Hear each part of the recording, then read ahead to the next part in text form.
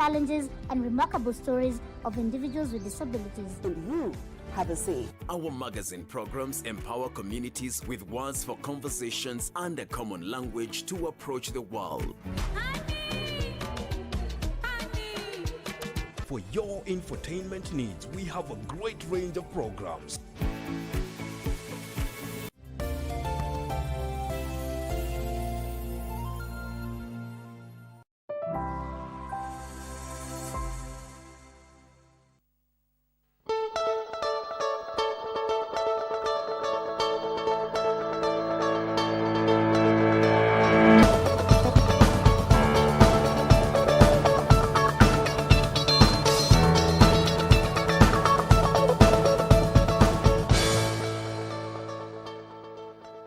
It's the 6th of February 2024. Good morning. Where are you watching us from? My name is Mike Migwe. Welcome to the program. This is Good Morning Kenya, where we start the show with incisive interviews and interesting conversation. Where are you watching us from? This is Good Morning Kenya. Now, later on in the program, we'll be looking at dressing and cleaning of wounds. What are the fundamentals of it? What are the specific dressing types for wounds? We'll be looking at this later on in the program with one Dr. Kennedy. You want to tune in to this conversation later on. In the meantime, Vivian, how are you doing? I'm doing very well, thank you, Mike. Yes. I hope that you are also doing all right. I'm fine. At exactly 33 minutes past 6 a.m. This is Good Morning Kenya, and my name is Vivian Degwa. Thank you for always choosing us to start off your morning. You are in the right place, as we have a lot in store for you, just from what Mike has told you on health matters. That is what we are going to be discussing today. And Victor is also here, and he will be letting us know what is happening in the world of politics on People and Politics. And just to start off your day, I have a bit of a word for you, and this is: there will always be hurdles in life. Always. There will always be hurdles in life, but if you want to achieve the goal that you have set, or the goal that you are looking forward to achieving, you must continue. Quitting just means that that goal will be dead. But despite the hurdles, just keep going. Every single morning is a new dawn and a new way for you to just keep at your goals. My name is Vivian Dagwa yet again, and I will hand you over to Victor Olo right now. Victor, good morning. That reminds me of way back in the day that we used to have that say that if you listen or take a look at every barking dog, then you'll seldom make it to your destination, right? Absolutely. So you never have to give up. Yeah. Just Imagine keep at it. you're having your walk, and every barking dog, you want to look at it. Yeah, and throw stones at Yeah, throw stones at them. Yeah. At some point, you even want to kick them and have some kung fu with them. Yeah. You'll never make it to destination. Good morning. That is how we started here on Good Morning Kenya. This is KBC Channel 1. Welcome to the program. Here, standing in for Regina Manyara, where we want to take you through what is happening in the world of news, and later on, taking a look at what we have on People and Politics. All right? All right, so let's start where President William Ruto says that Kenya and Poland are committed to enhancing cooperation in trade, agriculture, and environment. President Ruto spoke at State House in Nairobi when he hosted President, that is Andrzej Duda of Poland, who is in the country for a two-day state visit. President William Ruto on Monday hosted Polish President Andrzej Duda in a historic visit aimed at strengthening relations between the two governments. President Duda was honored with a customary 21-gun salute. He later inspected the Guard of Honor. During their talks, the two leaders signed two frameworks of cooperation to enhance collaboration in agriculture and rural development and tax solidarity program. Cooperation in trade, investment, food security, climate change, technology and labor mobility will also be enhanced. I have informed my good brother, President Duda, of our capacities in green energy. I have informed him that 93% of our grid is green, and we have huge potential. And Polish companies are invited to invest in their manufacturing capacities in Kenya using our green energy. We also discussed modern tax policy, closing gaps in the public finance sector, in the tax sector. That is why the memorandum was signed on cooperation on tax solidarity. In agriculture, President Ruto said Kenya is set to benefit in Poland's dam construction expertise. I urge President Duda to partner with us through public-private and government-to-government partnerships to explore the vast market in the agricultural sector, particularly in post-harvest value addition, aiming to conclusively address food security. Kenya is also set to benefit from more milk coolers.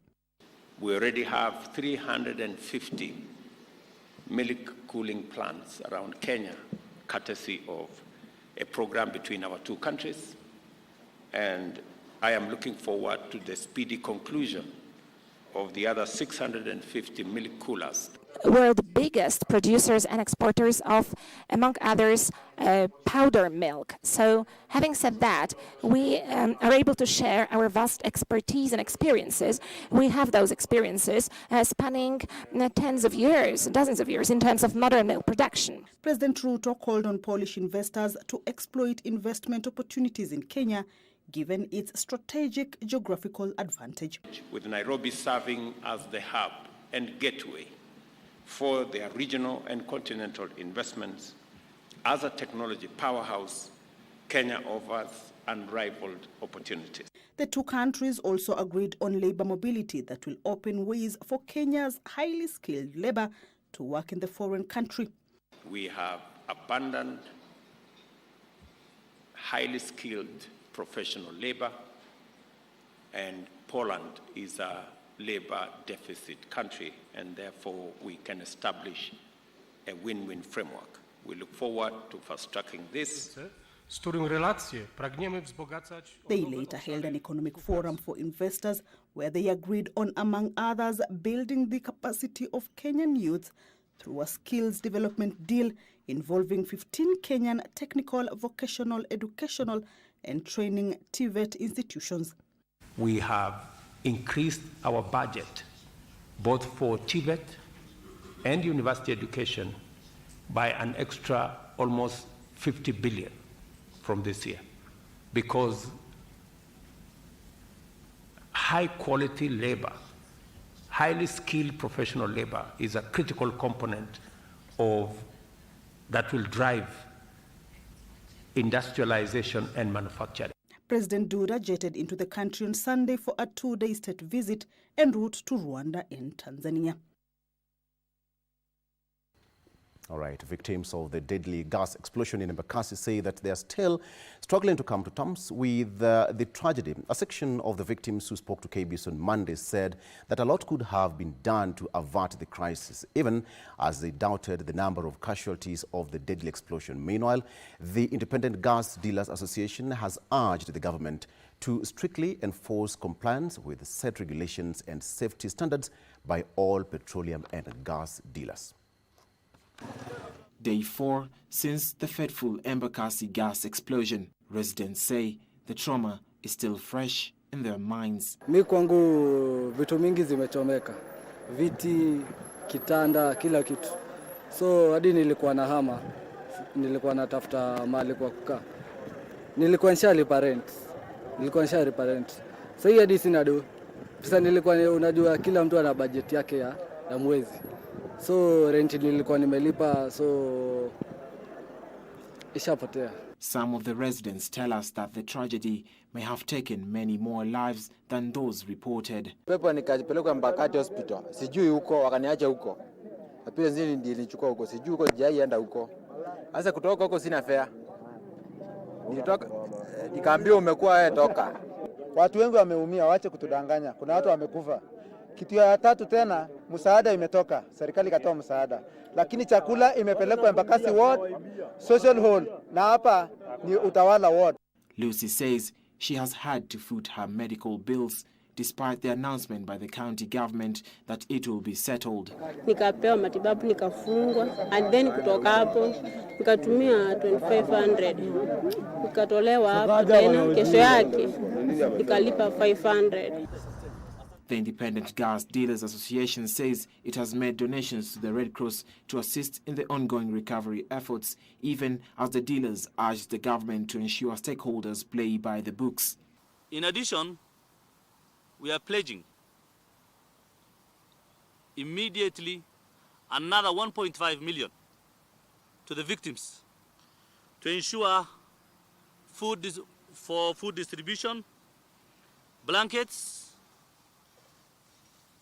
bed sheets, utensils, amongst others. The charred debris is a stark reminder of the magnitude of the inferno that turned the skies red and left lives shattered 4 days ago. Locals here are urging the government and leaders to keep their word and help them pick up the pieces. And on that note, we'll be having nominated Senator of Nairobi, that is Tabitha Mutinda, later on in the program to help us just to answer some questions as regards to that Embakasi gas explosion. Now, Femicide Count Kenya has recorded 14 femicide cases since January 2024 and 152 in 2023, the highest in the past 5 years. In an interfaith roundtable dialogue, faith-based actors have now come out to castigate the incessant killings, calling on the government to enforce laws and policies that respond to gender-based violence. The Kenya Demographic and Health Survey indicates that over 40% of women have experienced physical or sexual intimate partner violence in their lifetime. To the chagrin of society, the statistics continue to rise each day, with 14 femicide cases already recorded since January 2024. Recorded 58 deaths labeled as femicide between January and October 2022.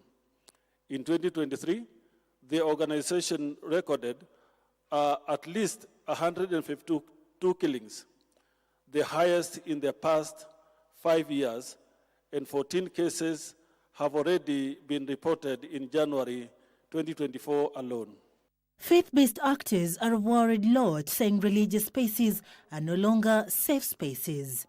Did a research in a number of countries, and I tell you, like Dr. Lydia have said, our religious spaces are no longer safe spaces because victims of rape, victims of brutality run to our religious spaces, and the first thing they are faced with is the question, how were you dressed? How is that your business? What makes you think that if a woman chooses to dress anyhow, it triggers the monster that is in you? When did we normalize that killing women from time to time is okay? When did we normalize that lives of women are perpetually in danger in the hands of men? The religious leaders want the government to tighten the noose on perpetrators of gender-based violence. Whatever conviction terms are there are stringent enough, and I would not support the changing to any other lesser terms, because the terms were there to deter the public from perpetrating the sexual violence especially, but we can see it's still continuing. We call on the government of Kenya to ensure progress towards implementation of the Sexual Offences Act 2016, the National Policy on Prevention and Response to Gender-Based Violence 2014 outcomes. We also call upon the government that for the enforcement of all laws and policies that respond to gender-based violence. The group wants communities to sensitize girls and boys so that in their initiations they enhance peaceful coexistence. All right, now to health matters. Health Cabinet Secretary, that is Susan Nakumiche, says that the national government has lost 4.3 billion shillings under the Edu Afya, which is managed by the National Health Insurance Fund, during a public participation forum on the new amendment bills under the Special Health Insurance Fund in Makueni County. Now, Kumicha urged leaders to adopt the amendments, terming them a new dawn in the health sector in the country.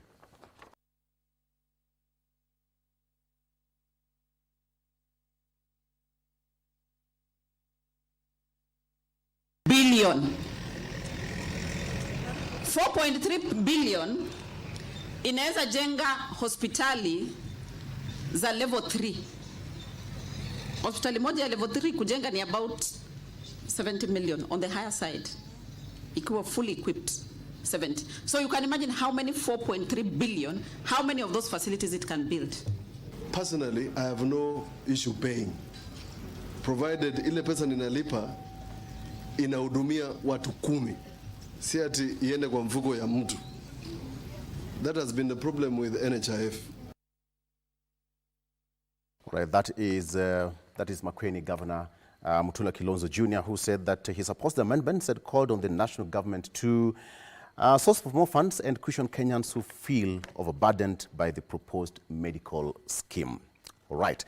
Moving to other stories, Azimio leader One Kenya Alliance, Raila Odinga, now says that the greatest challenge to public service delivery in the country is poor planning. Raila says that planning in major cities and towns in the country has been turned into a free-for-all kind of affair, greatly hindering service delivery. The opposition leader argues that with proper planning, and adherence to laws and witness across other major cities in the established economies, the Embakasi gas explosion tragedy would have not have happened. That's according to Raila Odinga. As the country continues to grapple with the aftermath of the Embakasi gas explosion tragedy, the opposition chief Raila Odinga is now blaming poor planning and lack of adherence to the law for the disaster. Today, our greatest source of failure as a country is not the lack of funds, personnel, or knowledge. It is the lack of planning. Our cities are clogged by traffic because we have created bus stages where they were not supposed to be. We have created markets where they were not supposed to be. Sewage systems are not working because we built on clogged or broken them. Raila said, unlike other established cities across the globe, where areas are zoned for specific functions, unscrupulous businessmen are issuing licenses without due diligence and putting the lives of Kenyans at risk. Currently, Nairobi is mourning its dead and treating hundreds of injured because the city ignored planning and allowed a gas filling plant where none was supposed to be.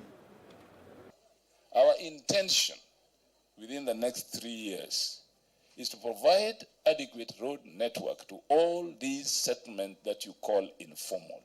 Are we together? Even it means getting some more from our budget, but please, let us first of all, as a county, provide the services. And then people in their private capacity can build the homes. We too can come with affordable housing. Raila also wants a strategic and deliberate approach in safeguarding water sources to help safeguard rivers and lakes in the region. Also that the government can be called to account, not just in terms of the high cost of electricity, but also the high taxes for extraction of water, so that the people of Kenya can... He spoke when he opened the new headquarters of Kisumu Water and Sewerage Company in Kisumu City. Now, the government targets to collect 500,000 units of blood annually to meet the growing demand. Principal Secretary, State Department of Medical Services, Hilary Kimtai, says that the government has increased funding for the Kenya blood transfusion and transplant services from 600 million shillings to 1 billion shillings for the year 2023-2024.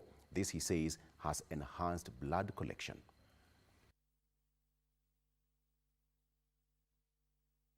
Kenya is doubling efforts to ensure its blood banks can sustain the growing demand. Coming out of a holiday season that saw hundreds of citizens lose their lives through various accidents, the government is optimistic that with the right investment, lives will be saved. You can see the tremendous improvement in donation of blood. We are targeting this year 500,000 pints of blood.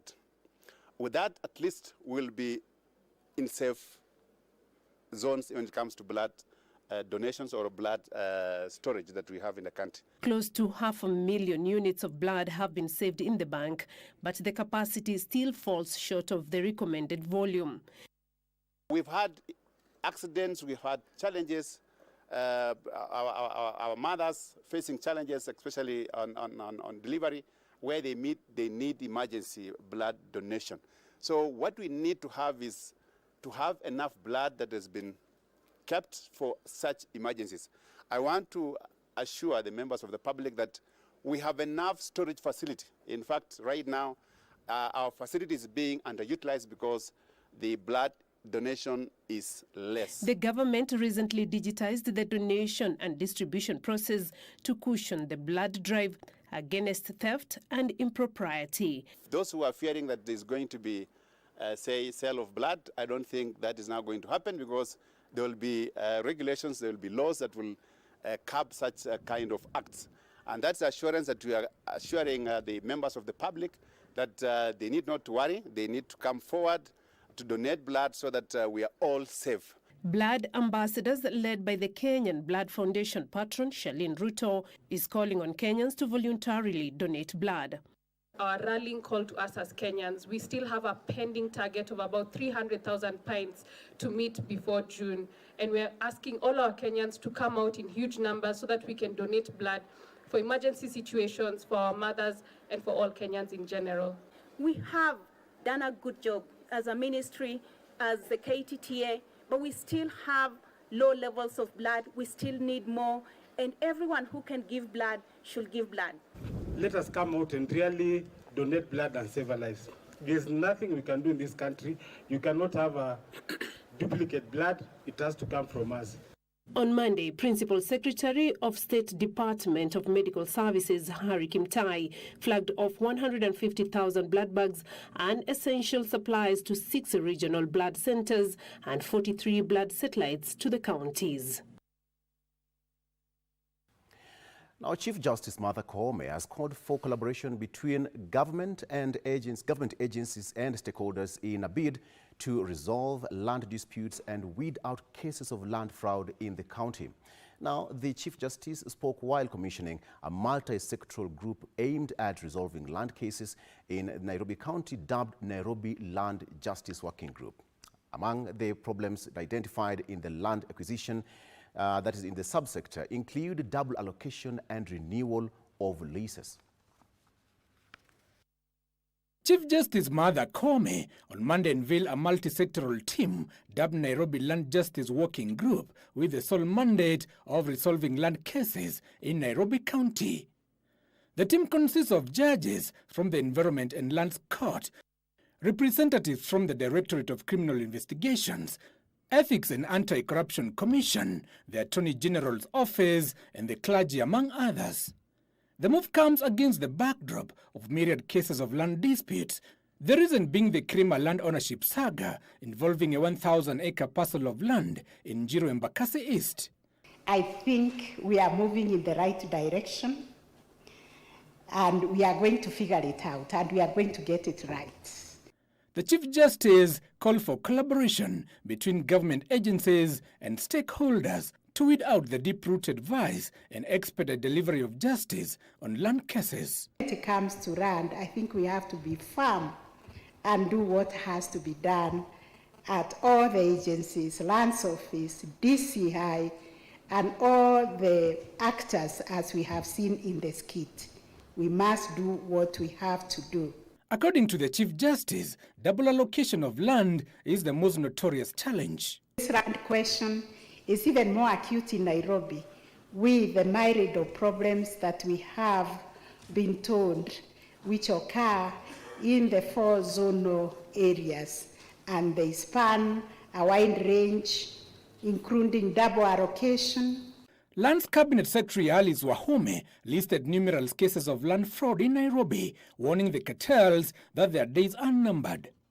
Has seen these cases. The judges every day are dealing with 2-3 titles regarding one land. The truth is, there can only be one genuine title to that parcel. The CS, you must do what you have to do, what the law tells you to do. Do not worry that people will come to court because you have done your work. The multi-sectoral team will also be required to formulate guidelines to be implemented and recommend appropriate interventions. Earlier, the Chief Justice had presided over the swearing-in of Justice Fatuma Sichale as a representative of the Court of Appeal in the Judicial Service Commission after the term of Justice Mohamed Warsame ended. The commissioning of the Nairobi Land Justice Working Group now sets in motion for the attainment of the much-delayed justice to the victims of land fraud in Nairobi County. Giverson Mana at the Milimani Law Courts, Nairobi. All right, now listen to this. Kenya plans to increase production of smartphones to 1 million devices annually.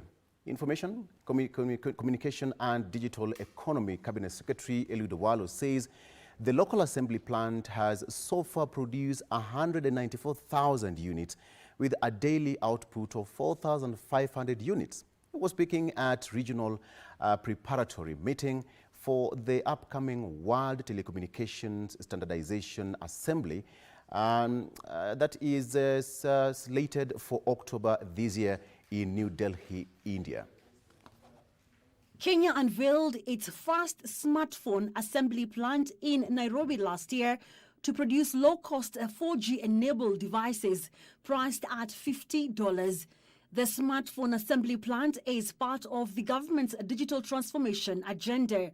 Information, Communication and the Digital Economy Cabinet Secretary says the target is to increase smartphone production volume to 3 million per year. This is because in a proactive manner, we foresaw a situation where we may have a deficit in the market in terms of the number of Kenyans who have got access to smart-enabled telephones.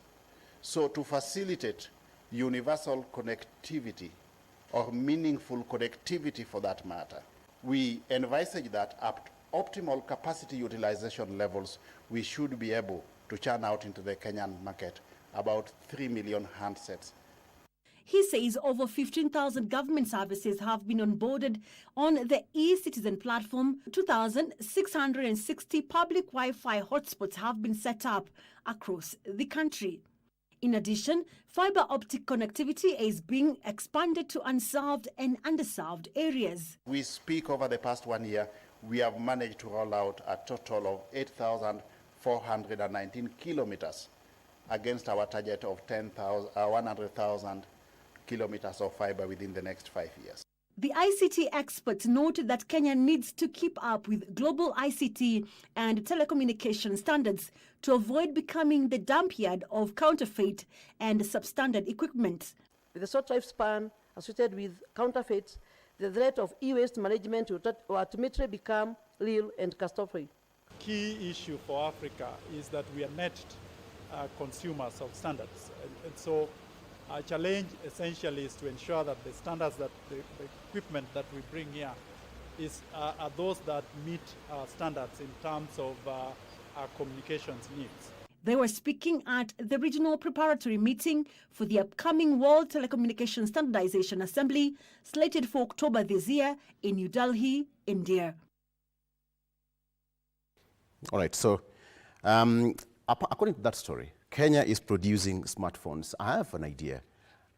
What if we name it Kenya One? Yes, Kenya One. That is the name of that smartphone. Or Kenya 1254, something of that. And then a phone goes for $15. We're just doing a mathematics here in studio. It comes to around 2,430. We give it a round figure of 2,500. So is it affordable? Right, go ahead and get a copy, get a piece of your smartphone made in Kenya.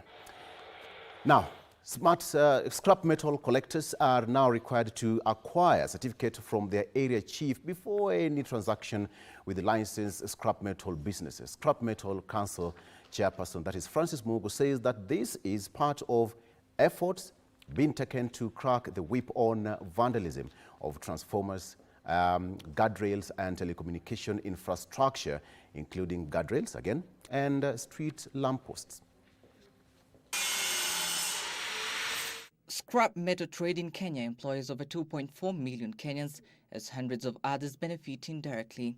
However, its lucrative nature has been marked as an enabler of illicit trade involving vandalism and smuggling to neighboring countries, endangering critical transport and telecommunications infrastructure involving aluminium and copper commonly available in transformers, with Murang'a and Kiambu being the hotspots. We are going through a very critical season in this country, when there has sprung up a people who do not want to respect the law, people who do not respect our critical infrastructure.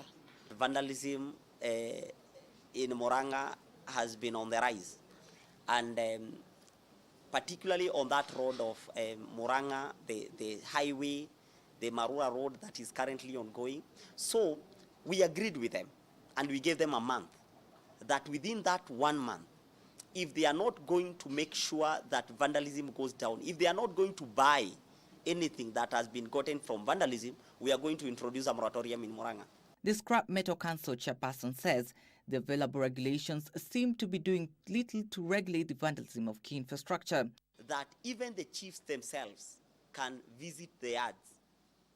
For you to transport scrap metal within Murang'a, you need at least a recognition from the chief. The chief needs to know you. So we are going to employ various and different strategies. Each and every county, we are going to employ a strategy as per the challenges that are in that particular county. The council is urging unlicensed dealers to adhere to the laid-out procedures, noting that despite thousands of dealers being involved in the trade, only 1,500 are duly registered. We are on course to get everybody dealing in scrap and listed in the system. Application you make online. The license you get online. The fee you pay through e-citizen. So you don't have to come to office. The Scrap Metal Council has noted some loopholes in the legal framework and has rolled out the process of addressing it. We are on course to amending the Scrap Metal Act. We have forwarded to Parliament. So we have done our part, and we believe in due course we will start the public participation.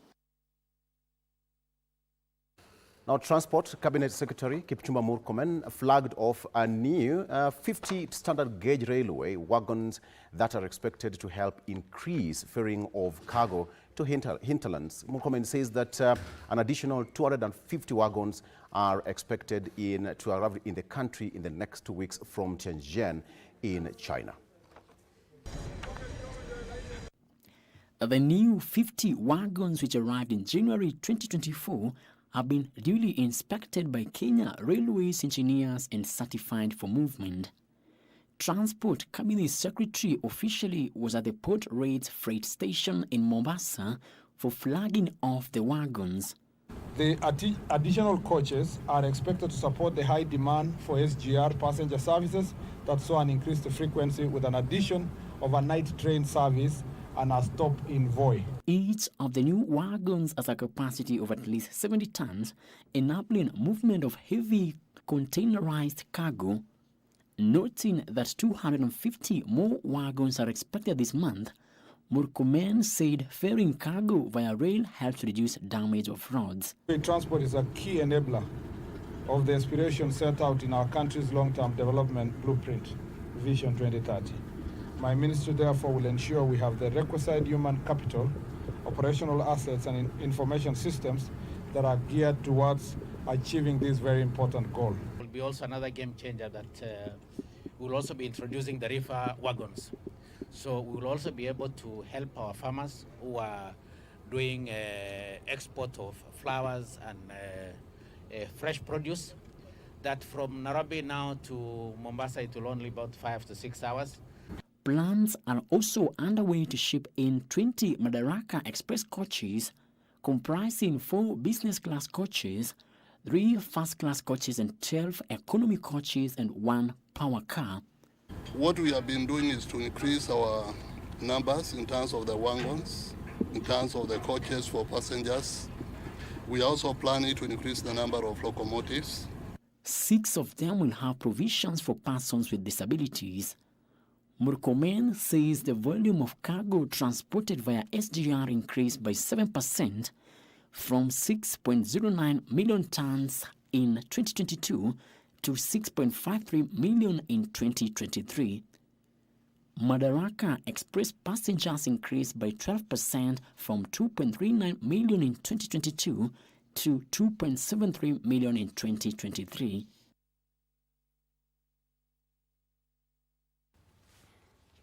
Right now, a comprehensive training targeting to equip the youth with the key digital skills and expertise needed to thrive in the rapidly evolving digital landscape in the country is currently underway in Nairobi. Ajira Digital Eastern Regional Director Dickens Okode says that the training program will cover a wide range of areas such as social media management, digital marketing and content creation, as well as online business development. By leveraging the Ajira digital platform, the government aims to scale the youth to tap the immense work opportunities online. The strategic move is expected to not only enhance employment prospects for the youth, but also contribute to the growth of innovation. We upskill the youth for online work readiness and also mentor them after they have been trained. We train, we mentor, and also we onboard them onto the online work platforms where they get these jobs. Jobless youth were asked to enroll under the Ajira digital platform to benefit from the digital literacy program. Kenya nezambia mavijana huku nje ni kwamba hizi ICT apps ambazo our able president anataka kujenga, or rather ameanza kuinitiate ianze kujengwa. Just go there, get trained, and just click on the computer, and then you get your dollars in your pocket. Additionally, the government plans to facilitate mentorship opportunities and provide support for youth entrepreneurs who wish to start their digital businesses, further contributing to job creation and economic sustainability. We also tap into the various training modules and courses that they have, that our young carpenters can be able to learn, our plumbers and all other blue-collar workers can be able to learn and be able to do their jobs effectively. All right, to some sports now. National boxing team, that is his squad head coach Musa Benjamin, is optimistic that the Kenya team will register good results in the forthcoming All-Africa Games set for Ghana in March. The tactician said that the good run will take the All-Africa Games will place Kenya in a better place and improve their hopes of participating in this year's Olympics set for Paris, France later this year. The team will also take part in 2 Olympic qualifiers, with the first set to be held in Barso Asioso, that is in Italy, from 29th of February to 12th of March, while the second qualifier will be held from 23rd of May to 3rd of June in Bangkok, Thailand. Last weekend, the Boxing Federation of Kenya organized the Novices Championship, where Nairobi County were the overall winners with 24 points, as Prisons Boxing Club and Kisumu County took the 2nd and 3rd places respectively.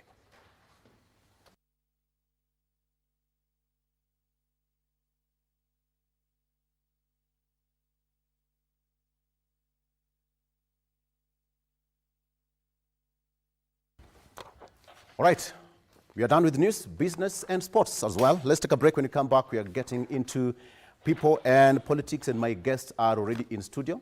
We'll be taking a look at what's happening in the world of politics. Stay with us. We'll be right back.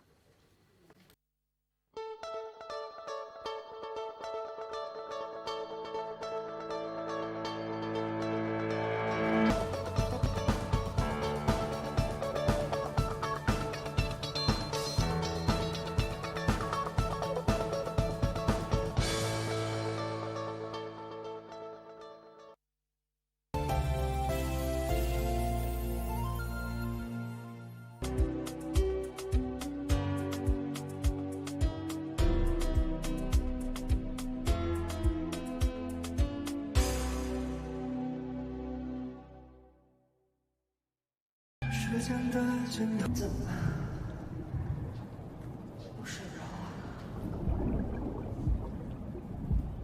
已经2天没好好睡觉了。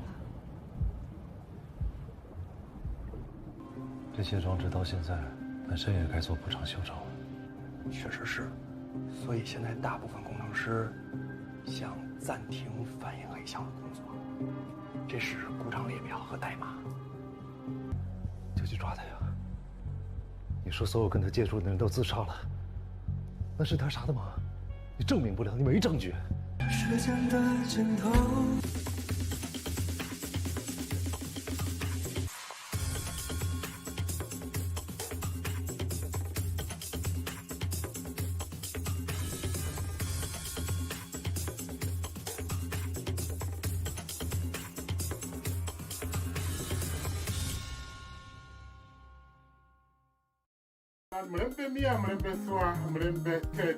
Habari njema kutoka redio yako pendwa ya Ingo FM kwa wakazi na mashabiki wa Bungoma. Sasa Ingo FM inasikika Ingo Bungoma kupitia masafa ya 103.5 FM. Sikiliza na uchangie, burudika ukifurahia uhondo wa kipekee kwa lugha ya nyumbani. Awamu ya Baraga UCC, Natural Sweetness. Kadhalika, tegea Ingo FM ukiwa maeneo ya Kakamega, Busia, Vihiga na Trans Nzoia kupitia 101.5 FM. Isinikoli umwana wa kwendo mkhana wa imoni dalano mbonya kunanga KK. Ingo FM, ininginingi ye Muitala.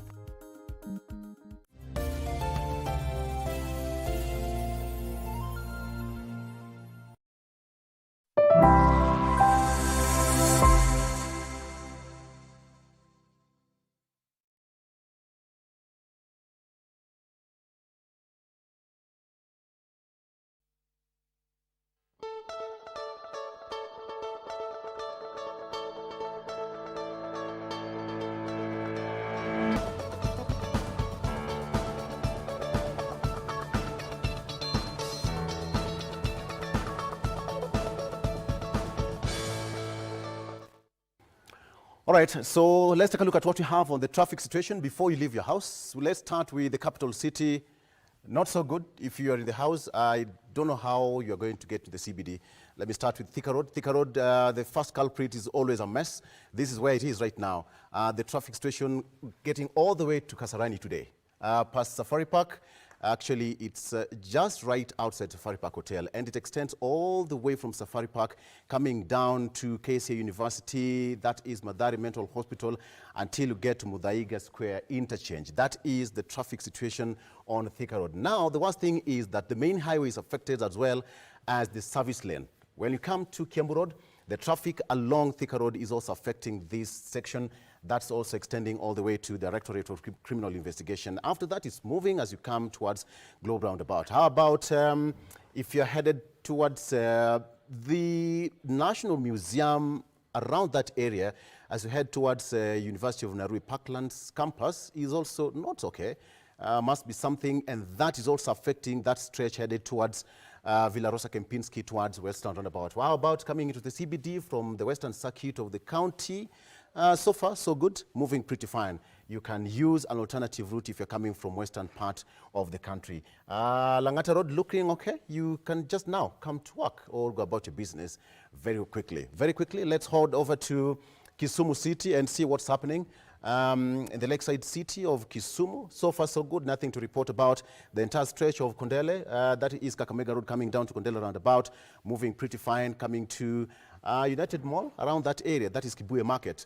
That section is as well as clear right now. Headed towards the international airport again, iko sawa. So, watu wa Kisumu, wake up and let's go build our country. And finally, Mombasa, the traffic again, not so bad today. The New Nyali Bridge, which is always a mess, today is pretty fine. A bit of some section there, which is not okay. But the entire stretch headed to all the way to Kongwe Market, that is light as you head towards Bamburi. That is the entire stretch of Nyali Road. Again, looking pretty fine. Watu Mombasa, good morning. The Makupa Causeway, that side coming all the way from Mikindani, Makupa, into the CBD, kila kitu iko sawa. How about the last point? That is the Likoni Ferry Channel. Again, looking pretty fine today. nothing to report about here. I want to believe that everything is fine as far as this is concerned. And finally, Dr. Pamela, I want to take you to Migori and take a look at what we have in Migori, traffic. There's no traffic here in Migori County. What's the problem? There's still it's almost 7:30. There's no traffic in Migori County. But maybe there are no roads. There are no roads in Migori. Okay. Suna, we have got very nice names. Ojele, Nambamoto Garage and all that. Yes. Coming to, if you know that place, Ziggy, Migori Teachers Training College, the entire stretch looks pretty fine. That is it. So, what's on Migori? Karibuni and welcome to the show. Your guest is here, all right? What are you saying, madam? They have gone to work already. They work in the chambers, not on the road. That is interesting. Yes. That's interesting. They're so hardworking. All right, welcome to the program. A quick look at what we have on the front page of our local dailies. Let me start with the People Daily. On the front page of the People Daily, auditor on the crossover cash. Auditor on the crossover cash. That is what you have here.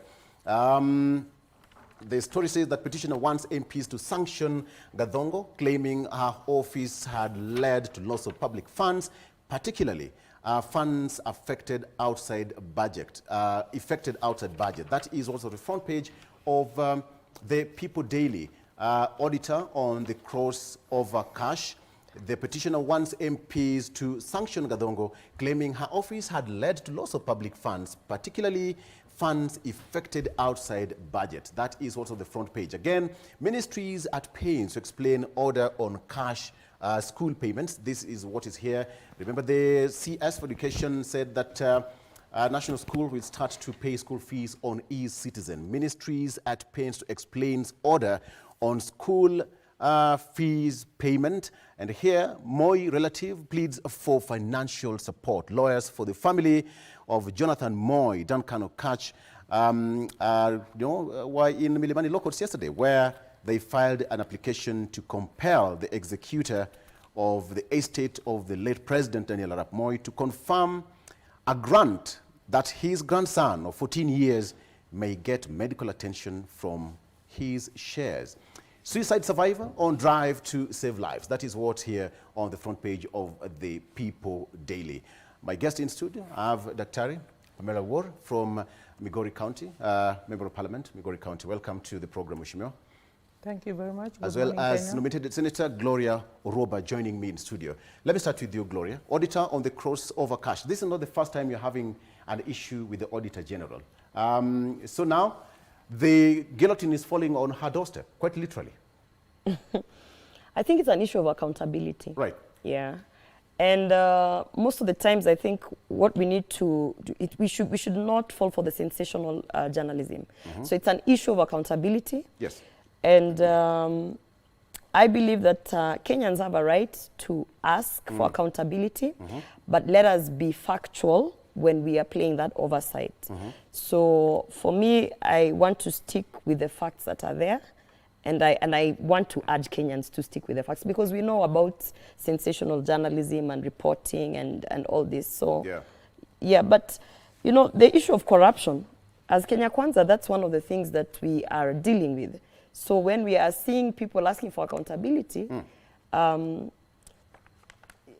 me say it's in line with our manifesto. But let's stick to the facts on what is being, the actual facts on the issue, not on the sensationalization of the scene. Yeah. All right. Mheshimiwa Pamela. Thank you very much, and good morning, Kenya, once again.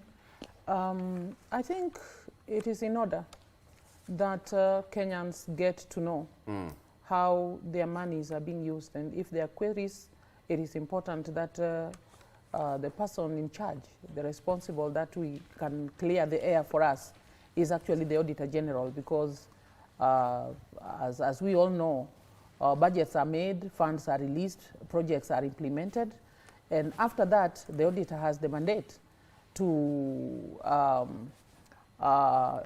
look at what has happened vis-a-vis what was supposed to happen, and tell Kenyans the truth. So if there is any questions anywhere, I think it is the rights of Kenyans, and in fact, I'm happy that we have reached a situation where Kenyans are able to demand for accountability, as my colleague puts it here. Yeah. And yeah, so whoever is in charge of anything should be ready to live with the Kenya now.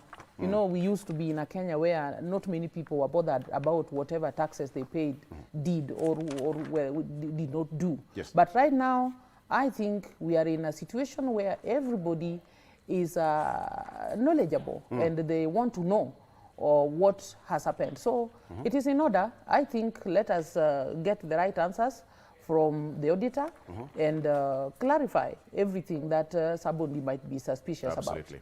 All right. Quickly, on the front page of the Standard, this is what we have here. Anger as hundreds stare death in the face. Anger as hundreds stare death in the face. Residents at Nairobi's Embakasi estate are living in fear of another explosion, whereas police say that the place is safe. The sight of gas tankers and talk of new leakages has residents all worried. This is a picture of really what happened during that fateful night, where now police are investigating, and what it is, the number stands at 34, the number of patients still receiving treatment in hospitals after the explosion. And as at yesterday, the proprietor of that company surrendered to Embakasi police station and was held at police custody, awaiting to be questioned. But perhaps, again, Mheshimiwa Gloria, this really happened. A lot of questions were asked, but somebody was not quite active in making sure that the rule of law was followed. And we have this number now, right now happening. But the biggest question is, why have a gas plant in a residential area? Exactly. And that, I was actually just going to say, city planning.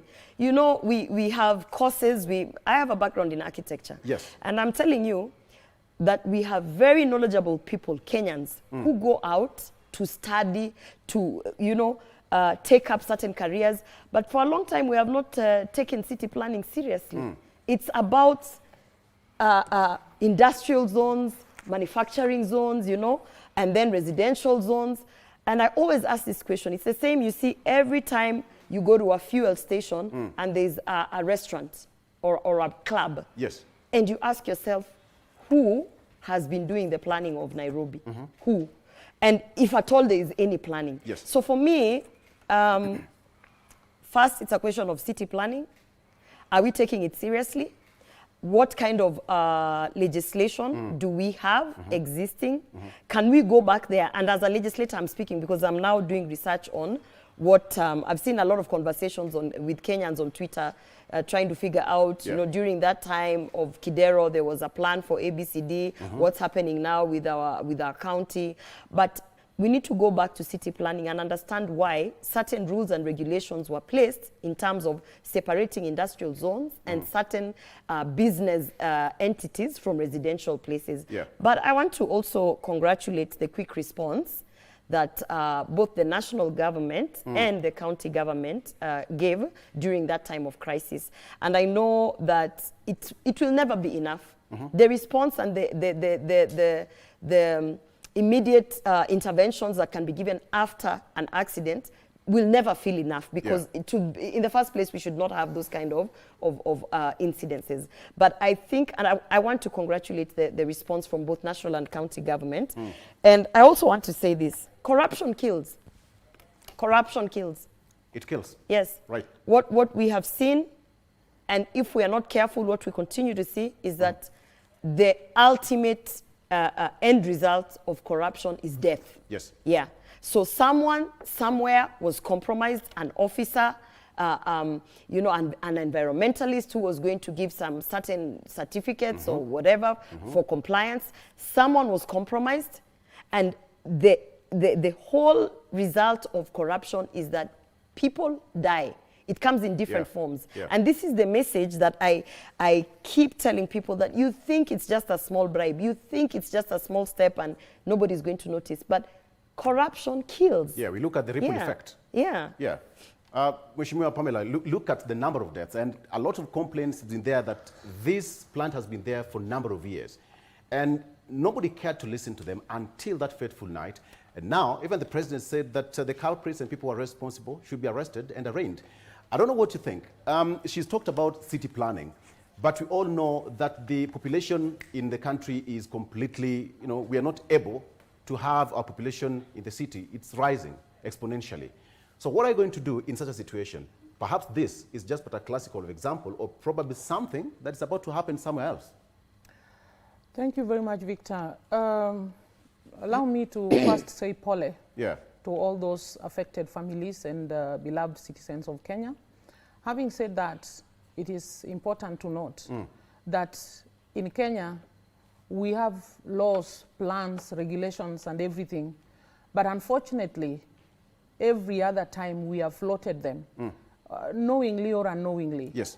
Knowingly by the perpetrators, for example, the owner of this plant, and of course the government officers, the NEMA department, and all these agencies that are concerned with the safety of the citizen.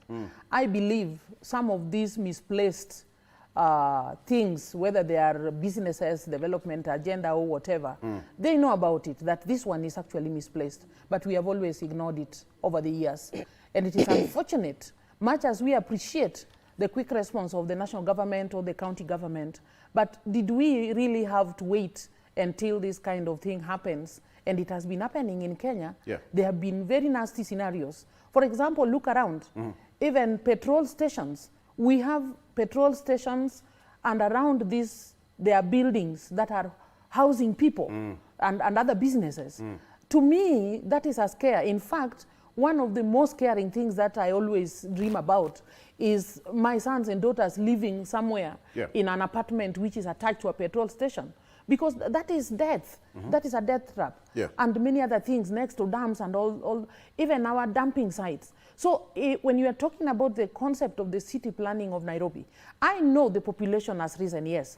But our system must be rising together with that population. To match up. I believe if you look into the past, you've seen even in Kenya, people daring to grab public land, reserves for roads, and build very gigantic things over there. Yes. So there is a whole setup where those who are supposed to uphold the plans and the systems ignore and maybe fall trap to corruption, like what Senator here has mentioned. But even us, the people ourselves, it is important to look at your surrounding really. And it is high time all Kenyans, all of us, we demand for order in everything that we do. It is high time that we stopped just worshiping money, that because somebody gives you money, even if they are doing the wrong thing, you close your eyes to that. We need to stop worshiping money and value life, value some continuity and every aspect of us. Whether we are saying that, oh, the population has risen, but the question is, was that place designated for that kind of business? In this situation, who do you blame? That's a question for all of you. Of course, the city planners and the people in authority. Yeah. They ought to have told anybody who comes from Migori, where I come from, I'm not part of Nairobi. But when I come to start my business here, somebody needs to say, hey, you cannot start this kind of business here. This place is reserved for 1, 2, 3 things. So this idea of mix-up, and it is not just in Nairobi, in fact, it has spread to all the cities of Kenya. If you took, I'm glad you were giving us traffic on Thika Road. Take a flight through Thika Road to Thika. You will see such a mixture of people, businesses, timber yards, and so many things that can be very dangerous to life should a catastrophe like this happen. So I think Kenyans, we need to bite the bullet and go back to the drawing board and start just doing things right. All right. To the extent that some of these things might have to be demolished and they have cost somebody millions of shillings, we appreciate. But you see the danger that it is posing. For example, yes, these people have died. Some of them have been treated to hospitals. But even this morning, as I listened to news, I was hearing some of them are complaining they don't even have money to pay for that treatment.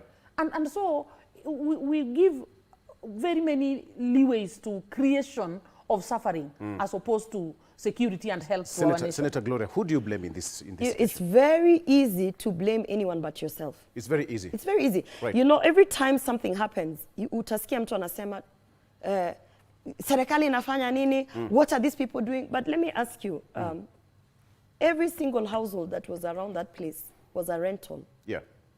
A private business. You paid money to go and live next to an illegal gas refilling, business. So yes, city planning is a big problem. Yes, the authorities involved have to be blamed because someone was compromised, and we have seen that 2 or 3 officers have actually been arrested and are being questioned and whatnot. But what about us? What about me, who is going out to look for a place to live for my family, and I am choosing to ignore all the red flags, You will see people going to rent flats and apartments in an estate that is by the highway, and even the rumors and the people around will tell you that house, hiyo nyumba ilikuwa inafaa iangushwe, that is why the rent is cheap, right? And someone thinks, and that is why I am glad Mheshimiwa has said, for the love of money, for the love of, we are driven by everything but the value of life, So we can blame the government, we should. We can blame the authorities involved, we should. We can blame the rogue businessmen because ultimately those are now the criminals, we should. But you have a level of responsibility as a Kenyan to also make informed and the right decisions, including and not limited, and I say this with so much respect, of the things that you choose to do, the places that you choose to engage in. For instance, I have totally decided that you will not find me in a restaurant that is in a fuel station.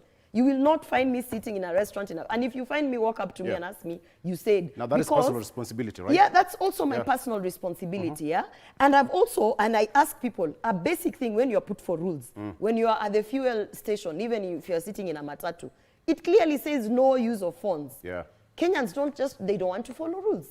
So you'll see people will be on their phones, they'll be smoking, lighting up, whatever, So we can blame everyone we want to blame, but at the end of the day, there is some level of responsibility that we should be able to take up as individuals. And that level of responsibility can only be met by people being informed. So we need to do, and this I am taking upon myself as well, sensitization. I tell people, unaenda kufanya nini kwa police station, kwa fuel station? Oh, we are meeting at a restaurant in a fuel station. Why? Why? Because if you stop going to those places, then those places will ultimately stop existing. Let's take a break. EPRA is on the crossroad. We have got a licensing authority in Nairobi. Again, the question is there as well as the police. Where were they? And here we are. Let's take a break. When you come back, I'm still going to circle back. But you've said a question that we should be switching off our phones at the petrol station. The same time they say, Lipa na M-Pesa. I know. And that's what we need to question. That's what we need to question. Let's take a break. We'll be right back. Seriously. So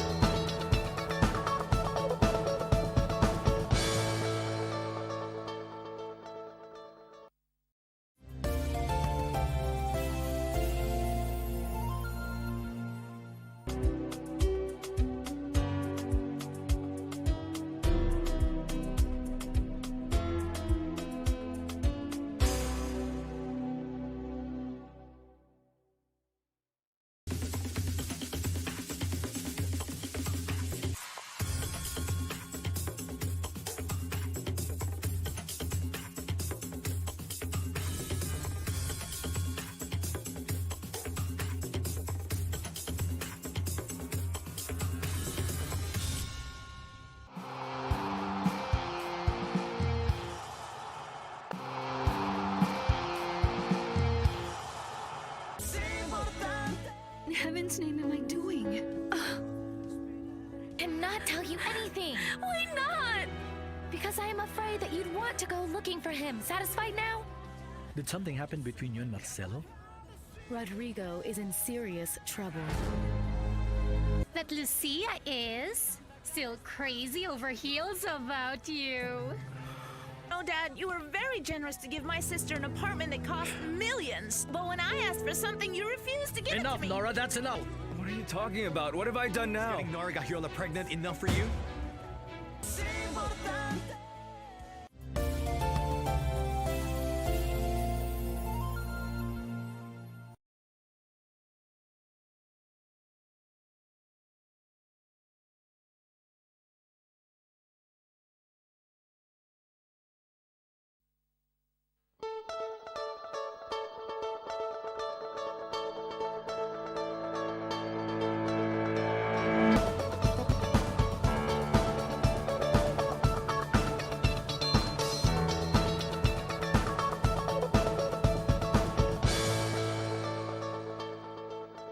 Welcome back. Where are the IDs? That is on the front page of the Daily Nation. Where are the IDs? Elusive document has turned thousands of Kenyans aliens in their own country. This is what's there on the front page of the Daily Nation. Securing a new identity card or replacing a lost one has become a nightmare for thousands of Kenyans. The past logistical glitches, including breakdown of printing machines, shortages of printing materials with security features, etc., you know, were part of the blame. But now the big question is, where are the IDs?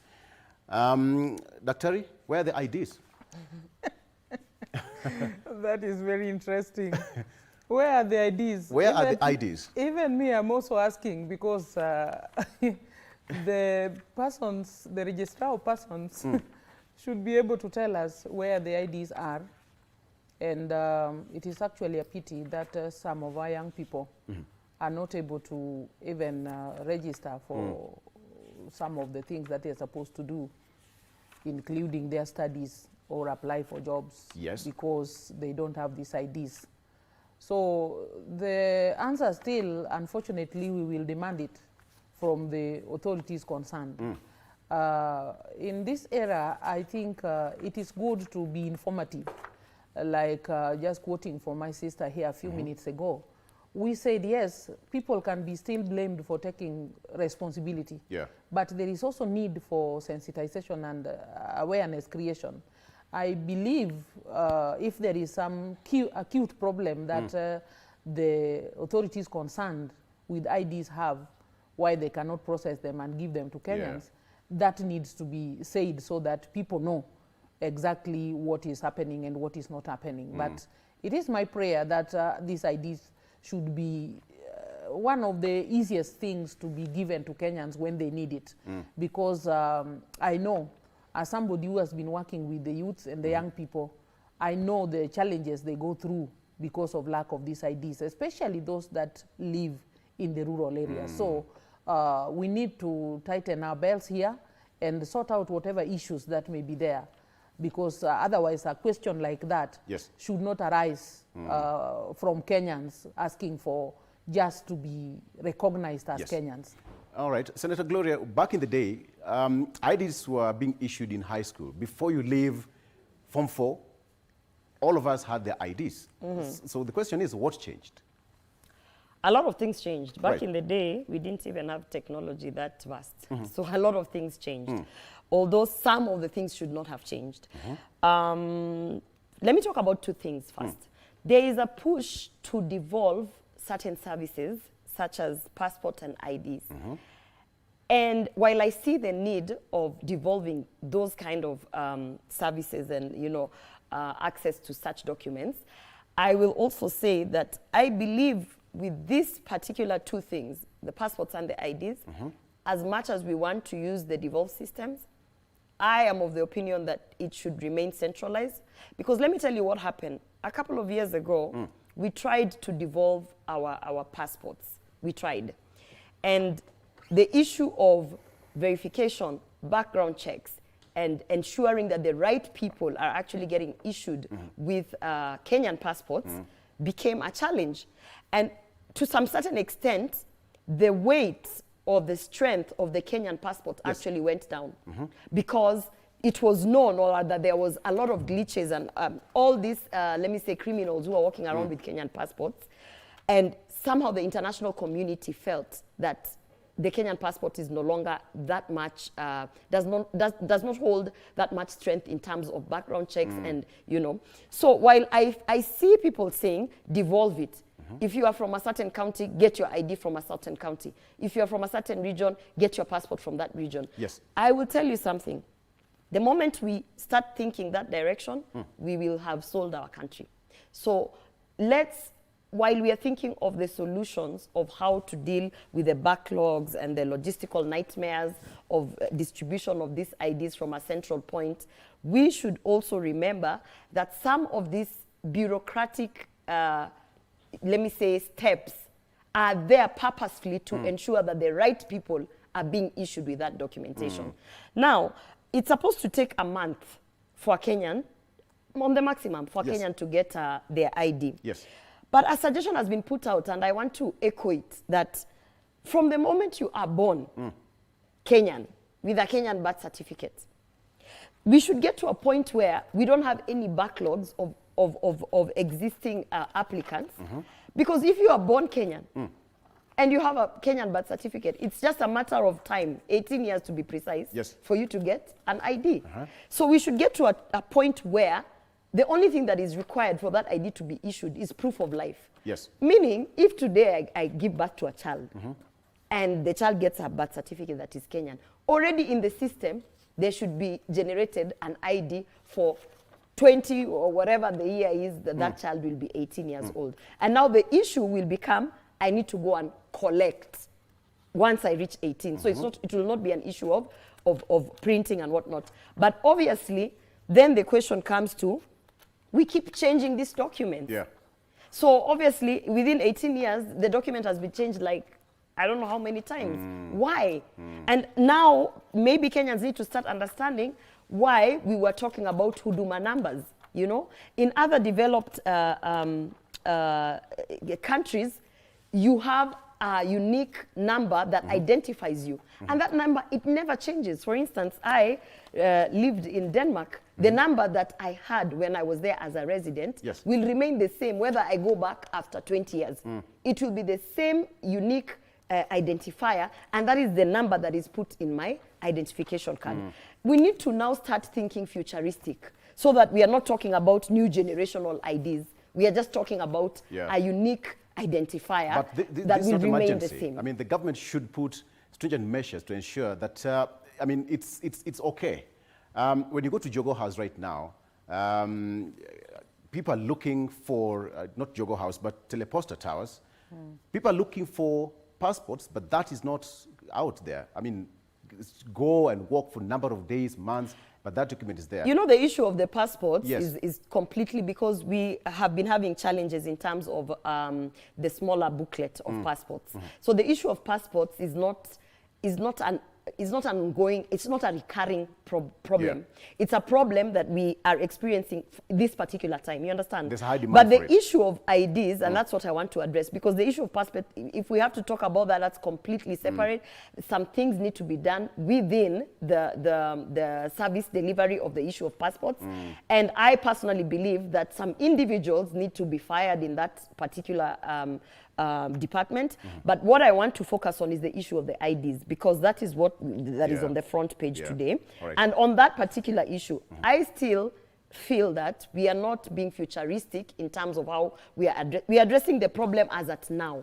And then in another 2 years, we have a recurring problem that could have been addressed by looking at a holistic approach like the unique identifier. But also, on the issue of IDs, and this is where I think we should have, let me say, intergovernmental collaboration. For instance, you have a huge resource of NYS under the Ministry of, under Moses Kuria, right? Yes. When you go to some of these Huduma centers where you're supposed to be issued, you find there are so many IDs that have been printed ready for collection.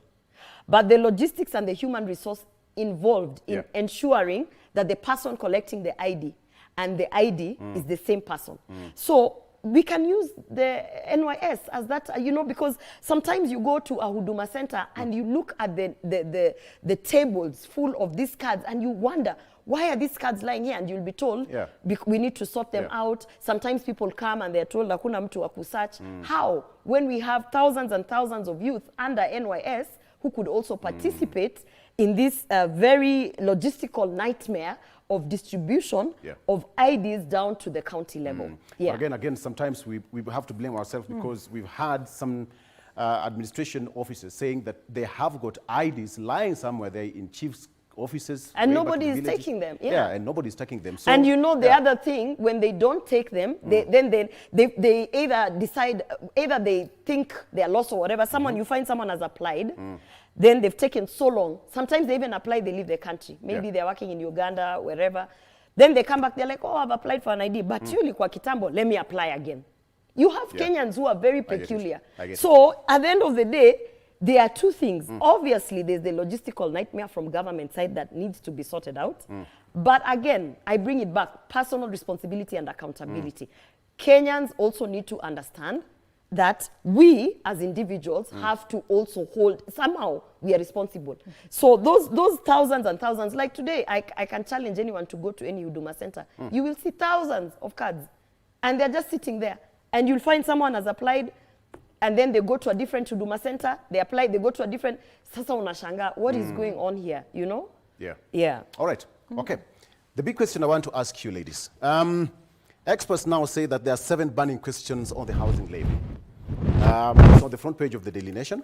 One is the opaqueness of the funds handling at the end of each financial year. Number 2, we have got loopholes for people who never contributed to acquire houses. Number 3 is inadequate cash allocation for category of houses targeting the majority. Number 4, we have got channeling monies to counties without clear spending guidelines. 5, implications of the levy's nullification to ongoing housing projects. Number 6, gaps and overlaps in the classification of affordable housing units. And finally, unclear definition of institutional housing programs under projects. Dr. This is one of the biggest elephant in the room as we speak. And the president says it has to continue. Hundreds of thousands of jobs will be gotten out of this. So how do you approach it in your own way?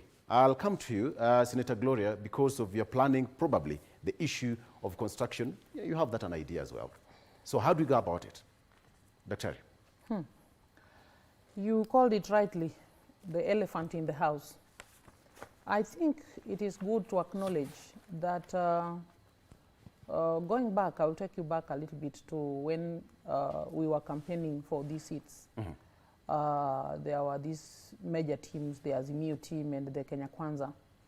And if I recall well, I think I am aware that both parties had got this affordable housing thing as a major problem that should be solved in Kenya. And there was the concept of the affordable housing. Now, where I think the problem lies is, first of all, as Gloria puts it nicely, that taking responsibility. Right now, everybody is crying, we are blaming President Ruto and the team. But I think as citizens, we also failed at some stage. At that stage of articulating policies and what somebody would think they wanted to do for the country and the citizens of Kenya, we never took these leaders to task to explain to us. At least they said the what they thought should be done. But if I can recall my proper strategic management skills and knowledge, a strategy is never complete, or a plan is never complete until you define the what, the how, the where, the when, and the who, and especially with what resources. So in journalism, we call it 5 W's and 1 H. Exactly. Yes. I used to teach it as one husband with 5 wives. I don't know why this analogy came to me. Yes. Though much I don't appreciate and support polygamy. So Kenyans, we failed, including myself, to ask our president, who is currently working, or the one who did not get it. Yes, you want to give us houses. How do you want to go about it? Where is the money? And I think that is what is at the heart of the pain and the cry that people are talking about right now. Because we said, yes, we need these houses. We are willing to be housed. But the question of how do we raise the funds for this money, I mean for these projects, I think I never had anybody explain it. So when the current government started work, the thinking was, let us charge some levy on the working class. And we have landed here where, yes, we think it is good to house our citizens, but then it is so costly on us. So the dilemma is, we might need to go back to the drawing board. And the confusion, the compounding issue has been even the declaration of the judiciary, by the judiciary, that this levy is actually unconstitutional. You know, it now makes, creates a necessity for, I think, all of us as Kenyans to talk again and agree on what exactly do we want. That makes me bring in the concept of, even before this levy, we are aware that we have a Ministry of Lands, Housing, and, you know, now, in this ministry, even before, there has been budgets that go to this ministry. And even now, I believe there is budgets that go to this ministry. So we may need to wonder, do we have to either slow down the process and do it in phases so that we don't roll it out all at once in the entire country, so that it is that expensive and we have to go an extra mile to get money from people who are not ready for it to do this project.